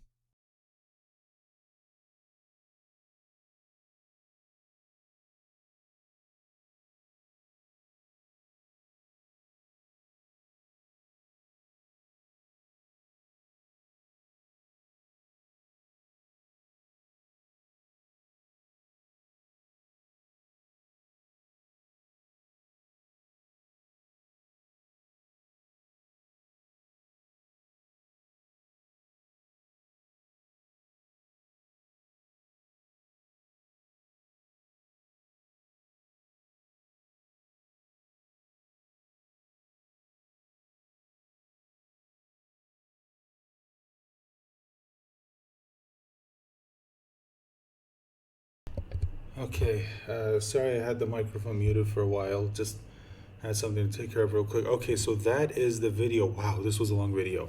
So again, I'm hoping I'll be able to upload this, and hopefully I won't run into any problems because there were some clips in there, and you guys know TV Tokyo don't like it when you show clips, even though, again, my God, the copyright system is so fucking stupid. So when it comes to final points, just to tackle on what they said near the end, when it comes to the characters in Naruto Sasuke, what Seth said, I do kind of agree. At first, I didn't want them to die. At first, I didn't like the idea of them getting killed off. But now I feel like, just do it. If your plan is to just turn them into jobbers, if your plan is to turn them into a bunch of Vegeta types to where they just get their asses kicked just to hype up the person who actually does end up dealing the killing blow, at this point, just do it. Just pull the trigger. At the very least, have them go out in a blaze of glory. Just don't, please, just don't keep doing what you've been doing to them. It's not funny. Okay, I know there are some people out there who laugh, but it's not funny. It's not. It's never been funny. Just do it. Okay, just get it over with. Alright, so I'm going to end this video, guys. If you've watched up until the end, thank you so much. I know it was a really long video, but I really appreciate you staying here. Or if you've watched this in chunks, I still thank you nonetheless. And you know what to do, all the YouTube stuff. Hope I see you for the next video. Bye for now.